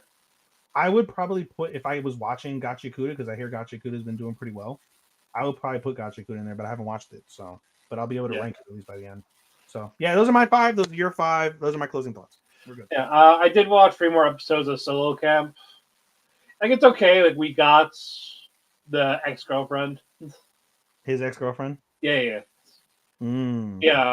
Yeah. She's a Broadway person, and basically they broke up because she had her first big show, and he didn't go because he ditched it for camping. That makes sense. And she's like trying to understand his camping, like why is it a big deal, but he never says anything. I don't get it, but he's in the wrong. Yeah, easily. Oh yeah, no. And the last episode I saw, like he actually goes to the airport to because she came back to basically say goodbye. Like she wanted to see people again, see how people are doing. So she's big in Broadway. She's gone. Yeah, yeah. After they broke up, she went to New York. Mm. And then she went to visit. She was visiting friends. She was visiting. Then she saw Genki, and she saw that you really haven't changed type of thing. But he goes to the airport to stop her because I think he's actually going to open up. I didn't see that episode yet. I feel like he's going to open up because hey, it's going to be a really connection to my father and everything. But still, I hope he realizes he was in the wrong. Hey, it's a big moment for her. Even if it's not your thing, you should support it. Even though you said you would be there, and his excuse was, "Oh wow, I'm sorry, I just couldn't miss that sites or spot." But it's you can go anytime. He's in the wrong. Yeah, and he even said, "I'll go to the next one." It's you're missing the point. You said you'd be there, and it's her first one. It's the first one. There's not another first one. Yeah. And you said you would be there, and all of a sudden you wouldn't. So, imagine how upset she was seeing, while performing, look out at the audience, you're not there. I'm not missing anything. I'm good. Yeah. I'm not, but it's one of those, I'm just taking my sweet ass time. It's not going to make a list. No. Oh, no. It's not gonna make a list or a fucking. But I'll still finish it, but it's not gonna make shit. I stopped at 3. I don't think I'm picking them back up, so we're good. But the cafe is closed. Thank you so much. Follow us on our social media platforms, whether it's Facebook, Twitter, Instagram. Follow us on our platforms, whether it's Twitter, Instagram.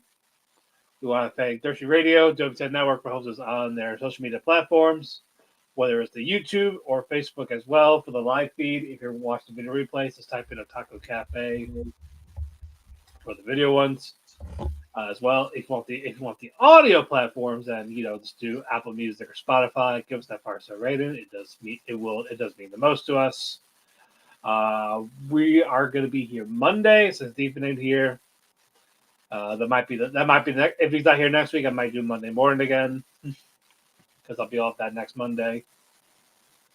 But with that though, we'll see you all next time. More reviews, more goodness.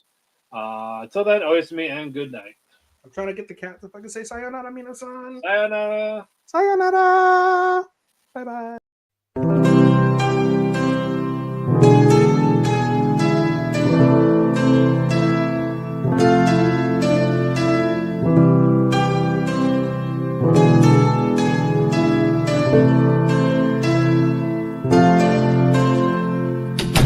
The sun goes to sleep, I find myself in a heap because it hurts so much to be away from you. It makes my day when I get a text from you, but still I say goodbye again. Let's hope this isn't the last time that I see your face, but hey, it's fine. I know everybody needs a little space.